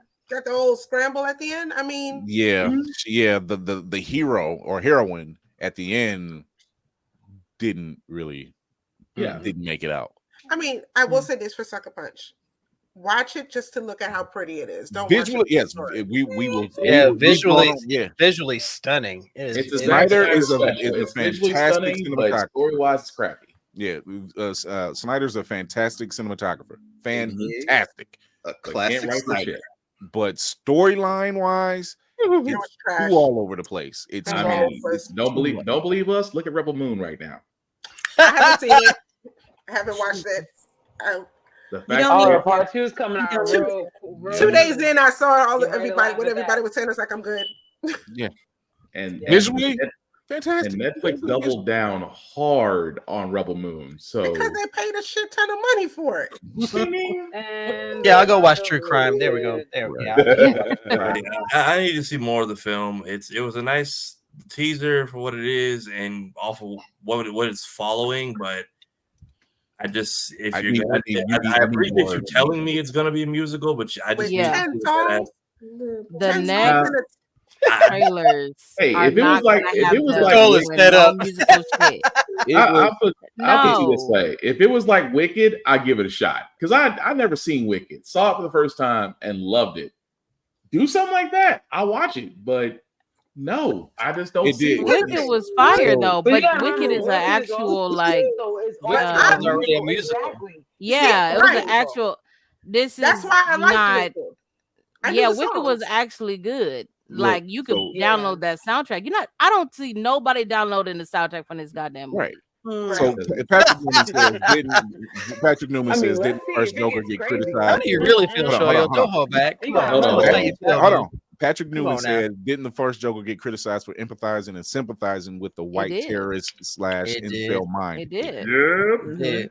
It did. Basically, that's why I said we had cops outside at almost every theater that opening weekend because And there was a lot of think pieces written. Now that you say that, I do remember that actually. Because that's happened once before, and that they're just like, okay. But my thing is, with this particular version of the Joker, did the incel come first or did the Joker come first? Do you understand what I'm saying? Like, incels were already associating themselves with the character of Joker to begin with, period. And here comes this movie with the Joker in it.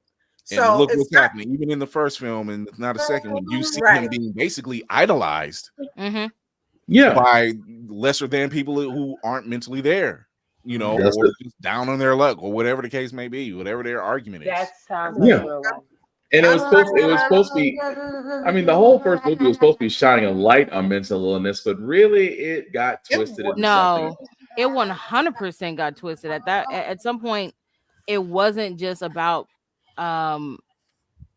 his own experience with mental illness. It absolutely was a switch in that movie, and I can't remember exactly when, but you just started to see like what the If it was, hell if is it going was on? just, if it was just the third deep act when dive, it breaks down and we start figuring out which parts happened and which part was a lie. yeah. The fact that him When it and, became that deep dive of his mental breakdown, yeah, okay. well, But once then he when you realized really he never had a girlfriend the whole film, it was up for everybody. 100%, because I remember even all the think pieces that came out about like why all the black women and why all of the, and I was just like, huh, It ain't that this is deep. interesting, right? And I was just like, okay, like this was, it was a lot of. And It was the fact you- that it put people in fear, but at the end just ended up being a great performance and thought provoking. It got awards, so it's coming off the back of that. And then you're telling us at a time when some of us are burnt out or tired of the bait and switch. By the way, it's a musical. We're not gonna say it's trash. We just gotta let us be. It's not gonna be great. And I wouldn't doubt that the music. upfront with us. That's all we have. Say I wouldn't doubt that the music itself during the film is good. I wouldn't doubt that. I'm sure the music selection is pretty good. It's just the fact that you're doing this. They started out when they said this. They started out, oh, it's a musical. Everybody was How do mad. and how do you translate that?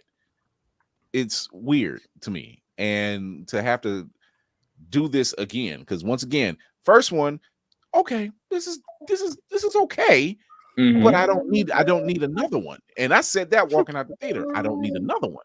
And then they announced another one. I'm like, but why? Because like so what Tafari says, it was the fact that those accolades that got behind it, that where someone in Hollywood sat there and said, we need a sequel. And a lot of people going, what are we gonna do? Well, how are we gonna cast Harley Quinn? Let's make it a musical. Let's get Lady Gaga. Don't get me wrong. Oh my Lady Gaga she's a phenomenal singer. In the movie she's played, she's actually done very well in the roles. I have no doubt in my mind she could play Harley Quinn. But in this particular vehicle, She had a poor choice. This was not suited for her. I'm gonna wait till it shows on Max. Shows at that point, you might as well wait till it comes to Max. I might I'm with That's Patrick. 40. It's 45 days. You're probably better off. So yeah, I didn't watch the first one, and I'm not interested in this one. Mm. so it's First one was a good watch. The first one wasn't a bad movie. It's a bit. It wasn't. It's a little long. It's heavy. I'm It's just- long, and it's a Yes, bit of it a is downer. heavy. Yeah. Oh, like My Last Marriage. Gotcha. Okay. Damn. Yeah. Damn, Reverend. Damn. Yeah, I'm really not interested. Thank you very much for that. That's 100% understandable. Like, I think it was a heavy movie. Like, it was just like, what, man? Like, I mean, I didn't think it was bad either. But yeah, immediately when it came out that it was a musical, I was like, for what? Where are we going? Why? This is what I'm talking about. See, now Patrick says it perfect. He said, I'm way more interested in the Penguin spinoff. Yes. Exactly. It's gonna be good. That I'd be interested in. Because that's different. We've seen it with Gotham. Despite its flaws with Gotham, the show Gotham, we've seen certain things being set up, and we liked the way it was set up. We didn't like execution, but certain things were set up and it made sense. But what I also want to add to that too, it's not the grotesque penguin, it's the gangster penguin. That one. That's what we're gonna. That's the whole thing. We're actually going to be seeing the whole underworld of Gotham City. So you are going to see the Maronis. You are going to see the Fishbacks. You may see a Zaz. You may see Professor Pig if they decide to include him in this. We saw You Zaz may already. see a whole lot of the less. I mean, I'm hoping Matt Reeves does this. Matt Reeves has some input in on it. But I hope we do see a lot of the lesser known underbosses, especially from the Silver Age of Batman. Yeah. That would work perfectly for this show. So yeah, the Penguin by itself is more interesting to watch. Probably Than it would be the he's musical. one of the more interesting. Him, Mr. Freeze, and probably Riddler are I some of wanna the more interesting characters. I want to see Zaz though too. Zaz is too early. Zaz actually could work within Matt Reeves' current universe right now because he would still be seen as a lesser known serial killer. So technically, he still can be around, but not actually given the moniker yet. Even Hush. Oh yeah, Hush could Even definitely Hush. be around. You know, so that's right there's- around the his story is right around the same time. So you're right. So it just depends on the writing. It's how you build this story up at the end of the day. And this is why Gunn is like, that is its own separate thing. Like he's like, I'm not even worried about those two characters right now. I'm doing something completely different over here. They are Elseworlds. This is what I'm working on. And exactly. I'm giving you Creature Commandos. Give me a second. So season 13, episode 1. Right? Always starting with a bang. Woohoo! We end on Joker. Doggone it, Kira. Doggone it. Why does she have? I was gonna say with the whole thing. Why does it feel like it's Club 54 over on Kira's screen? Update your iOS camera. FaceTime does it now. You gotta like update your stuff. Studio 54 and I feel like Kira's I need to update it. I mean, Kira got the whole disco ball thing going. So probably got Doodoo Brown playing in the background somewhere. Right. So we're gonna take a quick break. We're gonna come back. We're gonna do our sign-offs. And we'll see you soon.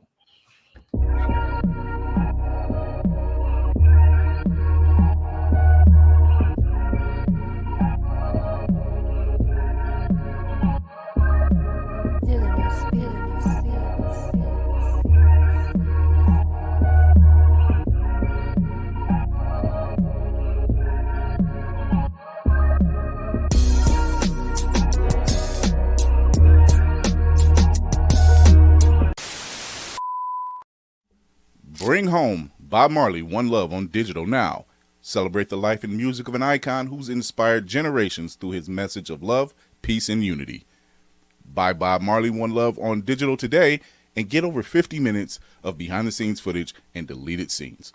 Available at participating retailers, rated PG-13 from Paramount Pictures.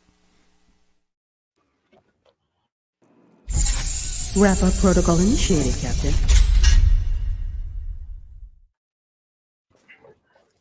The launch was good. Everything happened how it was supposed to happen. Not Thank you, God. baby. But 30 days that you guys didn't get to see us, and we are back to fix a lot of the shit y'all let fly. Talk to the people. My second in command, my Zoro to my Luffy, as we both like to say, and that is the only One Piece reference that you will ever get from her. That's why I said it. Wow. Poke yourself in the eye. No, almost. Dang. Hi. I'm glad we're back. I'm glad y'all have us back. Yeah, I'm still Lady Mandalore. I can still be found on the internet under this right here. I'm gonna move this out the way. Yeah, I've got my podcast, Roomful of Blurs. We are about to start my next book. It's gonna be The Last Ronin. Teenage Mutant Ninja Turtles. Yeah. Voice acting things are happening, Yep. and oh shit, I still gotta take this fucking test. But outside of that, no, we're all good. We're all good. F the You gonna algorithm. pass it. Thank y'all for giving us a reason to come back. And One Piece is a cult. You just, you know what? You're lucky. I love you. Firecrackers going off. Grill the Horde. Talk to the people. What's up, y'all? I am Lee from Geek by Heart. Me and my husband run Geek by Heart on YouTube. We talk about trailers, we talk about movies. We're getting back into the groove of things finally. So you definitely should be able to see a couple of late movie reviews, such as The First Omen, such as Godzilla vs. Kong, not Godzilla vs. Kong, Godzilla and Kong. Context, whatever. God damn it, y'all know what I'm talking about. Okay.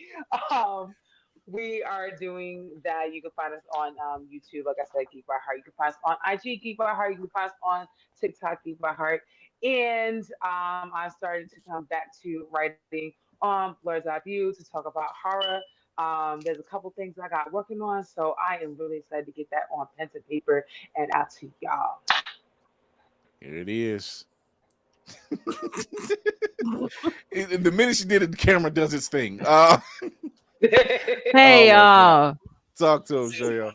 Hey y'all, it's Shoyo. Y'all can find me at Adventure Time VR on literally all socials, but lately I've been focusing on Twitch. So definitely find me on Twitch Monday, Wednesday, Friday, Sundays. And I'm all on Instagram and YouTube. Those are my 3 faves. So you can see me over there playing a bunch of different types of games and just exploring the many different lores of all of the games that we play and having fun with all the different people that I've gotten to now play those games too. So yeah, definitely join me there. It's just one thing I cannot get done. It's playing on Twitch. I don't have time. Oh my goodness. I don't have time. You know, my husband and I'm wife and I just joined. Jeez. That part. Oh man. Nicole, what you freaking do? It's a smile for me. I'm glad that you weren't doing anything naughty, girl. No, I was looking for this. You can find me on Instagram and on TikTok at What You Freaking Do. And if you're ever in need of press-on nails, you can find me over at Press on Z. Which one?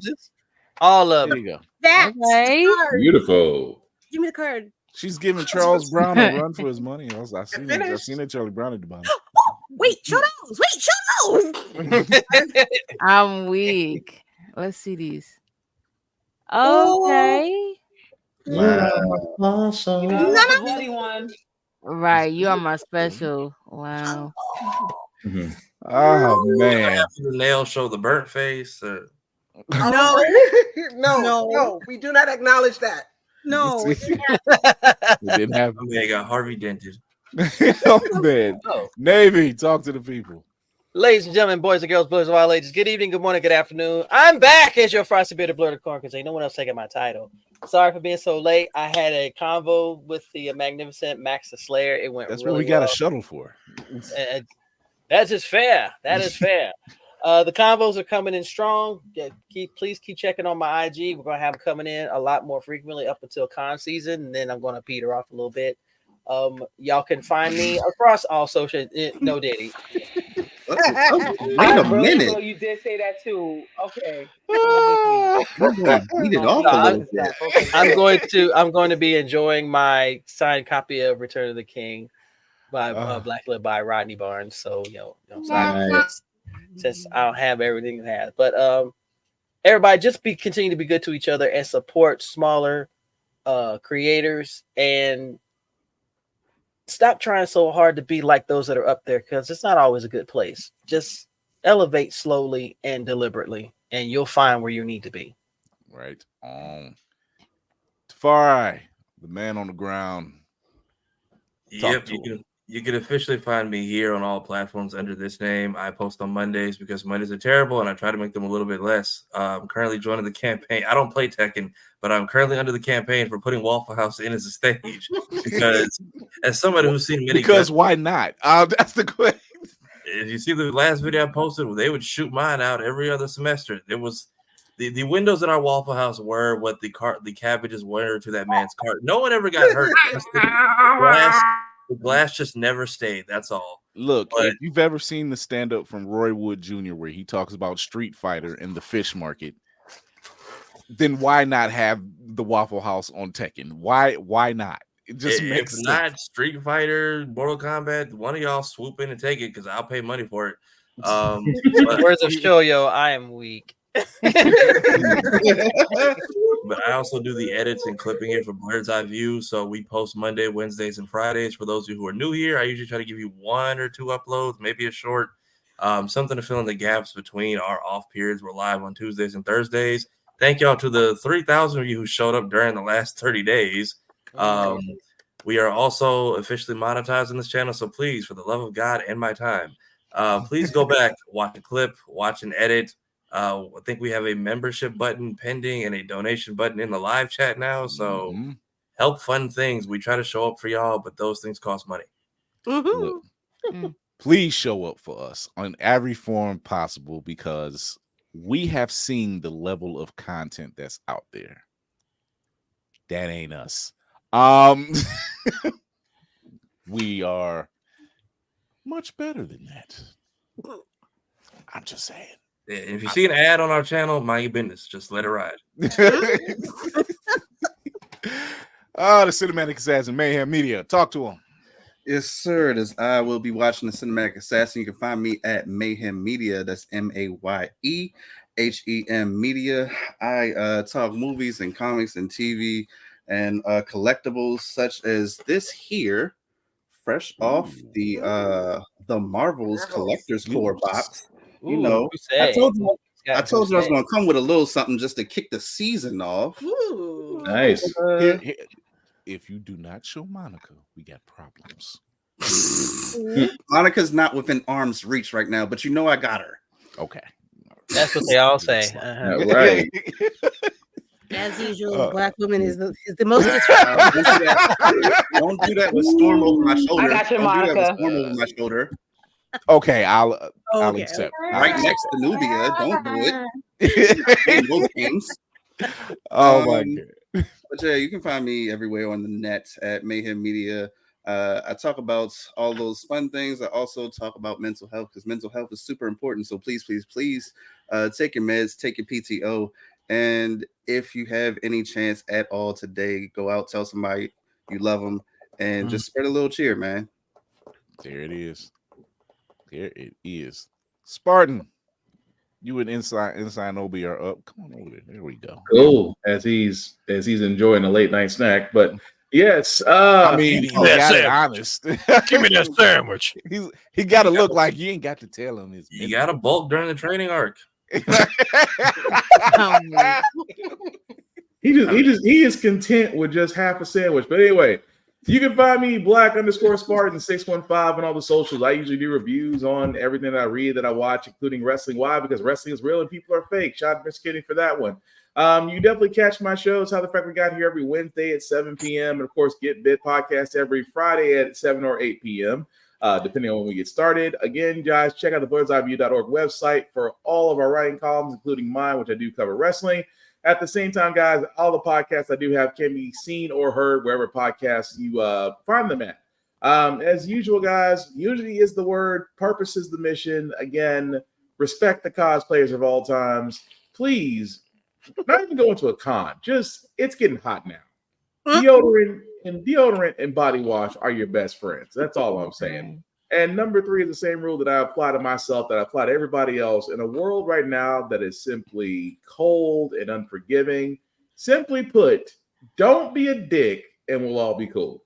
Mm-hmm. There it Wait. is. Wait. Can I get the mic ripped back one time, real quick? Wait, hold on. Where you at the top? You at the top. What you got?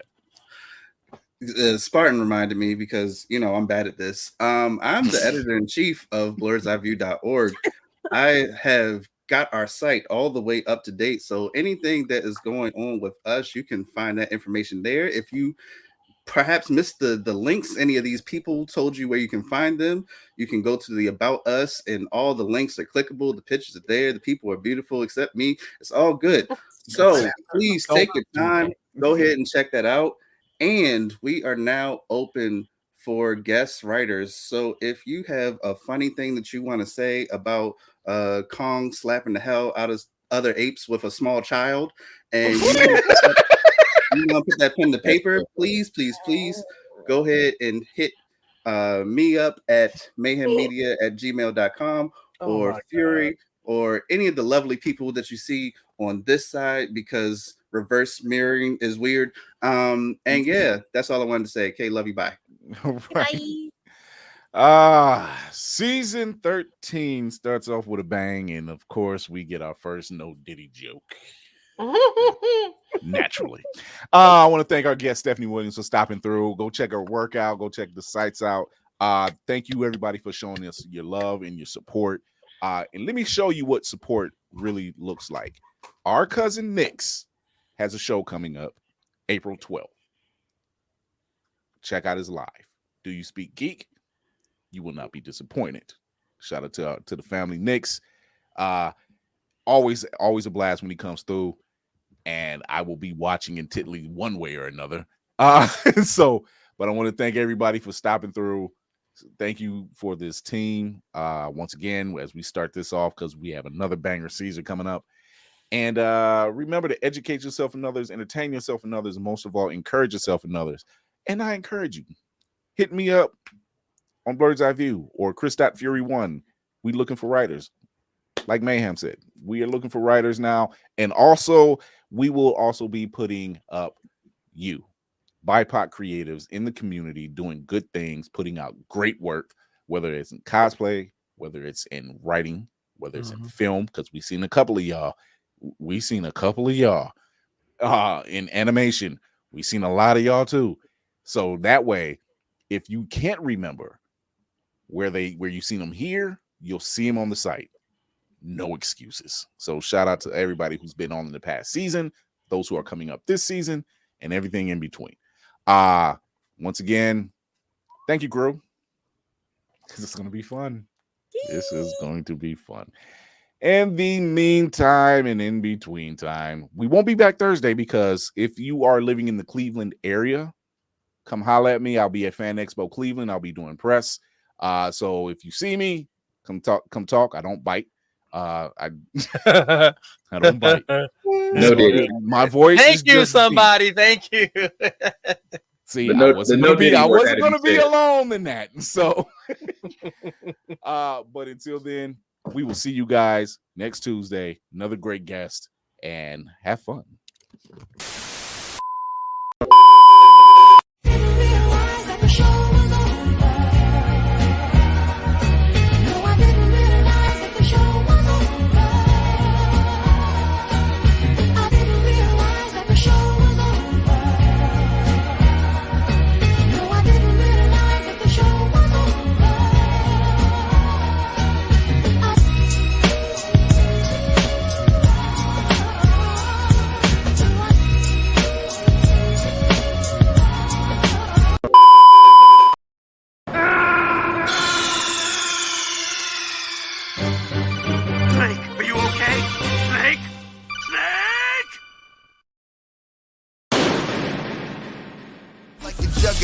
there ain't no stopping this. The world in grave danger, who can stop the apocalypse? They killed all the heroes, the new ones don't really care. But if you need me, put your fist up in the air. Yeah, in the sky, it's a bird, it's a plane. Flying high, I emerge through the flames. Have no fear, I'm here, so stand back. Melanin activate, the name is super black. In the sky, it's a bird, it's a plane. Flying high, I emerge through the flames. Have no fear, I'm here, so stand back. Melanin activate, the